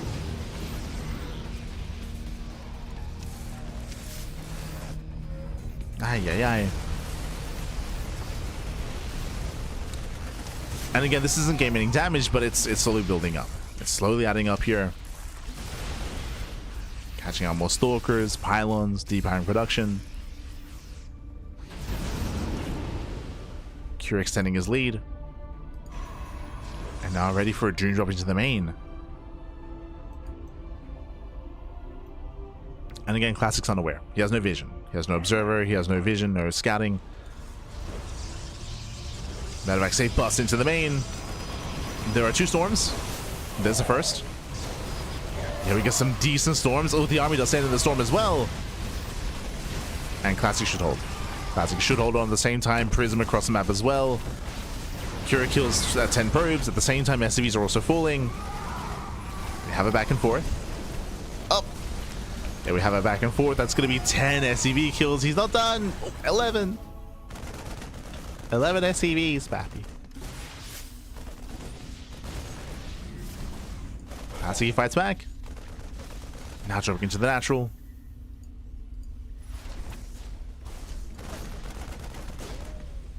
Yeah, still just being as annoying as possible. At the same time, so is Cure, at least trying to. Gets an extra probe. Gets a Stalker. Okay. Takes down a Stalker as well. And as the dust settles, where exactly are we? Classic has no 4th base. Classic is behind economically. Typically, the Pro player wants to be up in expansion to be even with the Terran. Here, Classic, he had a later 3rd base. He has a non-existent 4th expansion. Yes, he's up in probes, that is true, but Cure with the power of mules can make up for that. To the point where Cure, I would say, is ahead economically. And now you're seeing that reflected in the army supply. As Cure is getting a larger and larger army. 4th CC is now on the way. What's scary here is that this 4th base is faster than the 4th base of Classic. So the pressure is on the Protoss. And Cure, he already has Ghosts. He already has EMPs. He has the answer to the High Templar. 4th base finally on the way for Classic. Again, very late.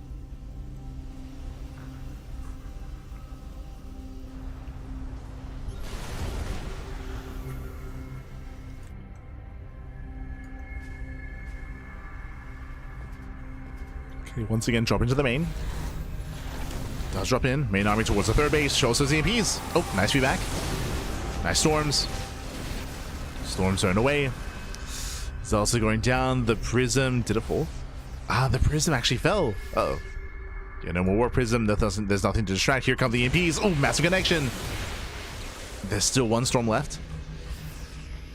There's 1 High Templar that didn't get caught out.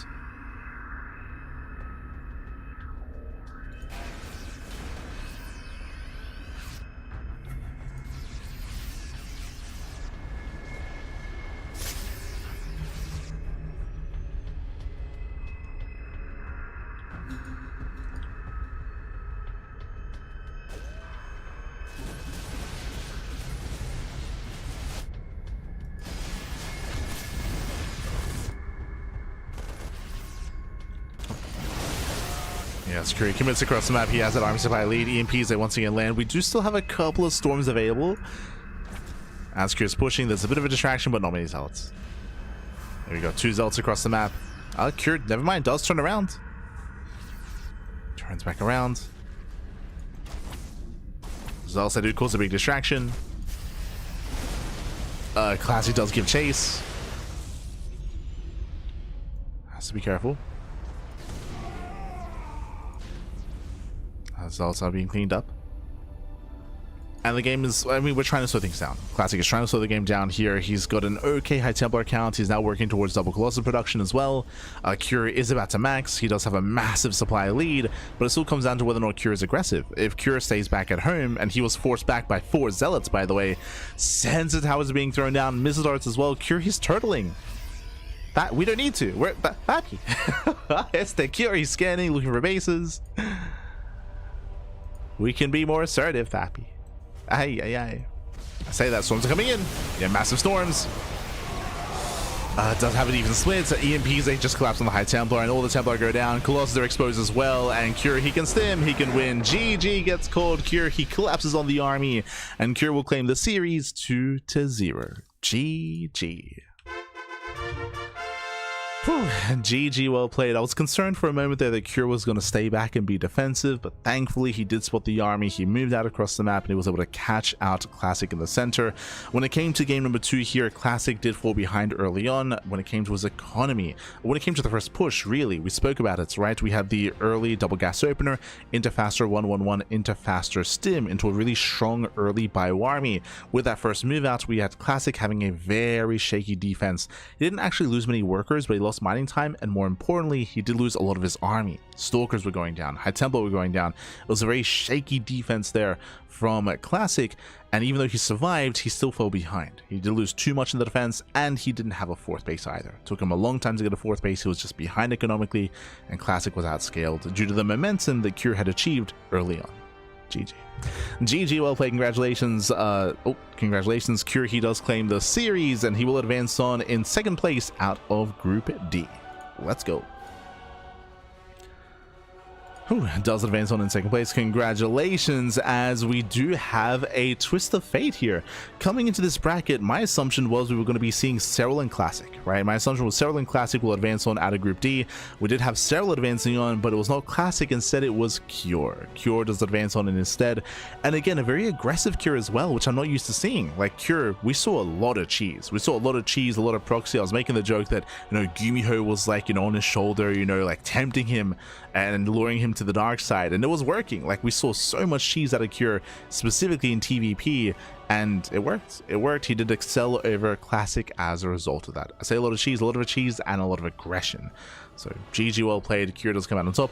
I do feel like Classic, I mean, I feel like we spoke about this, I think, at the beginning of the broadcast, but Classic, he is at his best in a longer and later game. In the mid to late game, that is where Classic is, that's where he's at his best, and even the best Protoss player in the world, if he can get there. But he never did. He got there once in game 1 versus Cure. That was really it. Outside of that, shorter games, more aggressive matchups here. At least when it comes to the TVPs. Of course, Serral vs Cure was a lot longer, was a lot more laid back, and a lot more of a longer back and forth between the two of them. But regardless, GG. And with that wraps up Group D. And with that wraps up the entirety of the group stage, actually. Group A, B, C, and D all wrapped up. If you missed out on some of the previous groups, we did cover them over the past week. And of course, replays are available over, I say replays, sorry, VODs are available over on our YouTube channel. They're all there, they're all available, so you can check them out. Likewise, replays are available to our subscribers, as always. When it comes to our subscribers and patrons, we've got plenty of replays available if you wish to learn from some of these games, watch them yourselves, or even cast them yourselves as well. They are available. But otherwise, with that, we are going to be wrapping up, and tomorrow we should be live with the playoff brackets. Again, we have the best of the best players in the world facing off. We've been having so many big events recently, like Rongi Cup, Homestory Cup, Thunderfire, RSL, and the StarCraft continues. We, of course, had Pegasus Cup. We have the RSL Season 4 event starting up soon as well, or even already starting, coming up this weekend. And of course, we even have some Team League content with the Warrior TV Team League on the horizon as well. The return of the I almost said WTL, with the Warrior TV Team League coming back. WTVL, true. But with that, thanks for watching. With that, thanks for tuning in. We do appreciate the support. We do appreciate it, and we should be back later on tonight, quickly catching up on our schedule. Bam! You can see here we just wrapped up with our Thursday morning broadcast of LiuLi Cup, and we're going to be live tomorrow with the LiuLi Cup playoffs. So we have Friday, Saturday, Sunday. 3 days of playoffs are going to be coming up here on the CranKy Ducklings to catch up and to wrap up the, sorry, I keep saying Rongi Cup, to catch up LiuLi Cup. Meanwhile, we have the Podcast this evening. The Podcast is our weekly talk show where we do talk and discuss all things StarCraft. This week, what do we have to go over? I do know there was a Panda Bear Me, Isaac, there was an Isaac, oh, there was the Isaac, documentary that he made with Stefano. True. So we're going to be catching up on that. Likewise, catching up with SC Evolution, with LiuLi Cup as well, and with other things StarCraft. There was an interview with Caldi. True, there was an interview with Caldi. We recently had the new portrait in game, the hero portrait for the Thunderfire tournament. We had TLMC. TLMC has been, in a way, like soft announced, so the new Team Liquid map contest is on the horizon, and of course we have news regarding the Blizzard tournament regarding StarCraft that's going to be later on in the year at BlizzCon.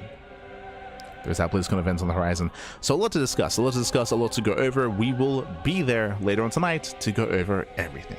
We'll be there, Pappy, we'll be there. But otherwise, thanks for watching, thanks for tuning in. Stick around, we're going to be giving another StarCraft streamer a raid. Give them some love and give them some support. Otherwise, we'll see you guys next time. Also, if you want to support us, you can do so via Patreon, !Patreon in the chat. Our Patreon does fund our tournaments on a regular basis. It funds the Tuna Cup, the Duckling Open, and the Master Swan Open as well. All funded via Patreon, so you can help us grow the tournaments and grow the scene and support the players via Patreon. Also, if you missed out on previous days of LiuLi Cup and other events that we cast, check it out over on YouTube. !YouTube. We just stream on YouTube on a daily basis alongside Twitch. We stream on both platforms alongside Facebook and Kick, so plenty of content is available on YouTube, as there's all the VOD content. We have thousands of videos, thousands of VODs, thousands of hours of StarCraft. It's a lot. It's a lot of StarCraft, so you can check it out there on YouTube if you wish. Otherwise, we'll see you guys later on tonight for the podcast, or tomorrow at this time for the playoffs of LiuLi Cup. See you then, papi, see you then. Hasta luego. Ciao, papi, ciao.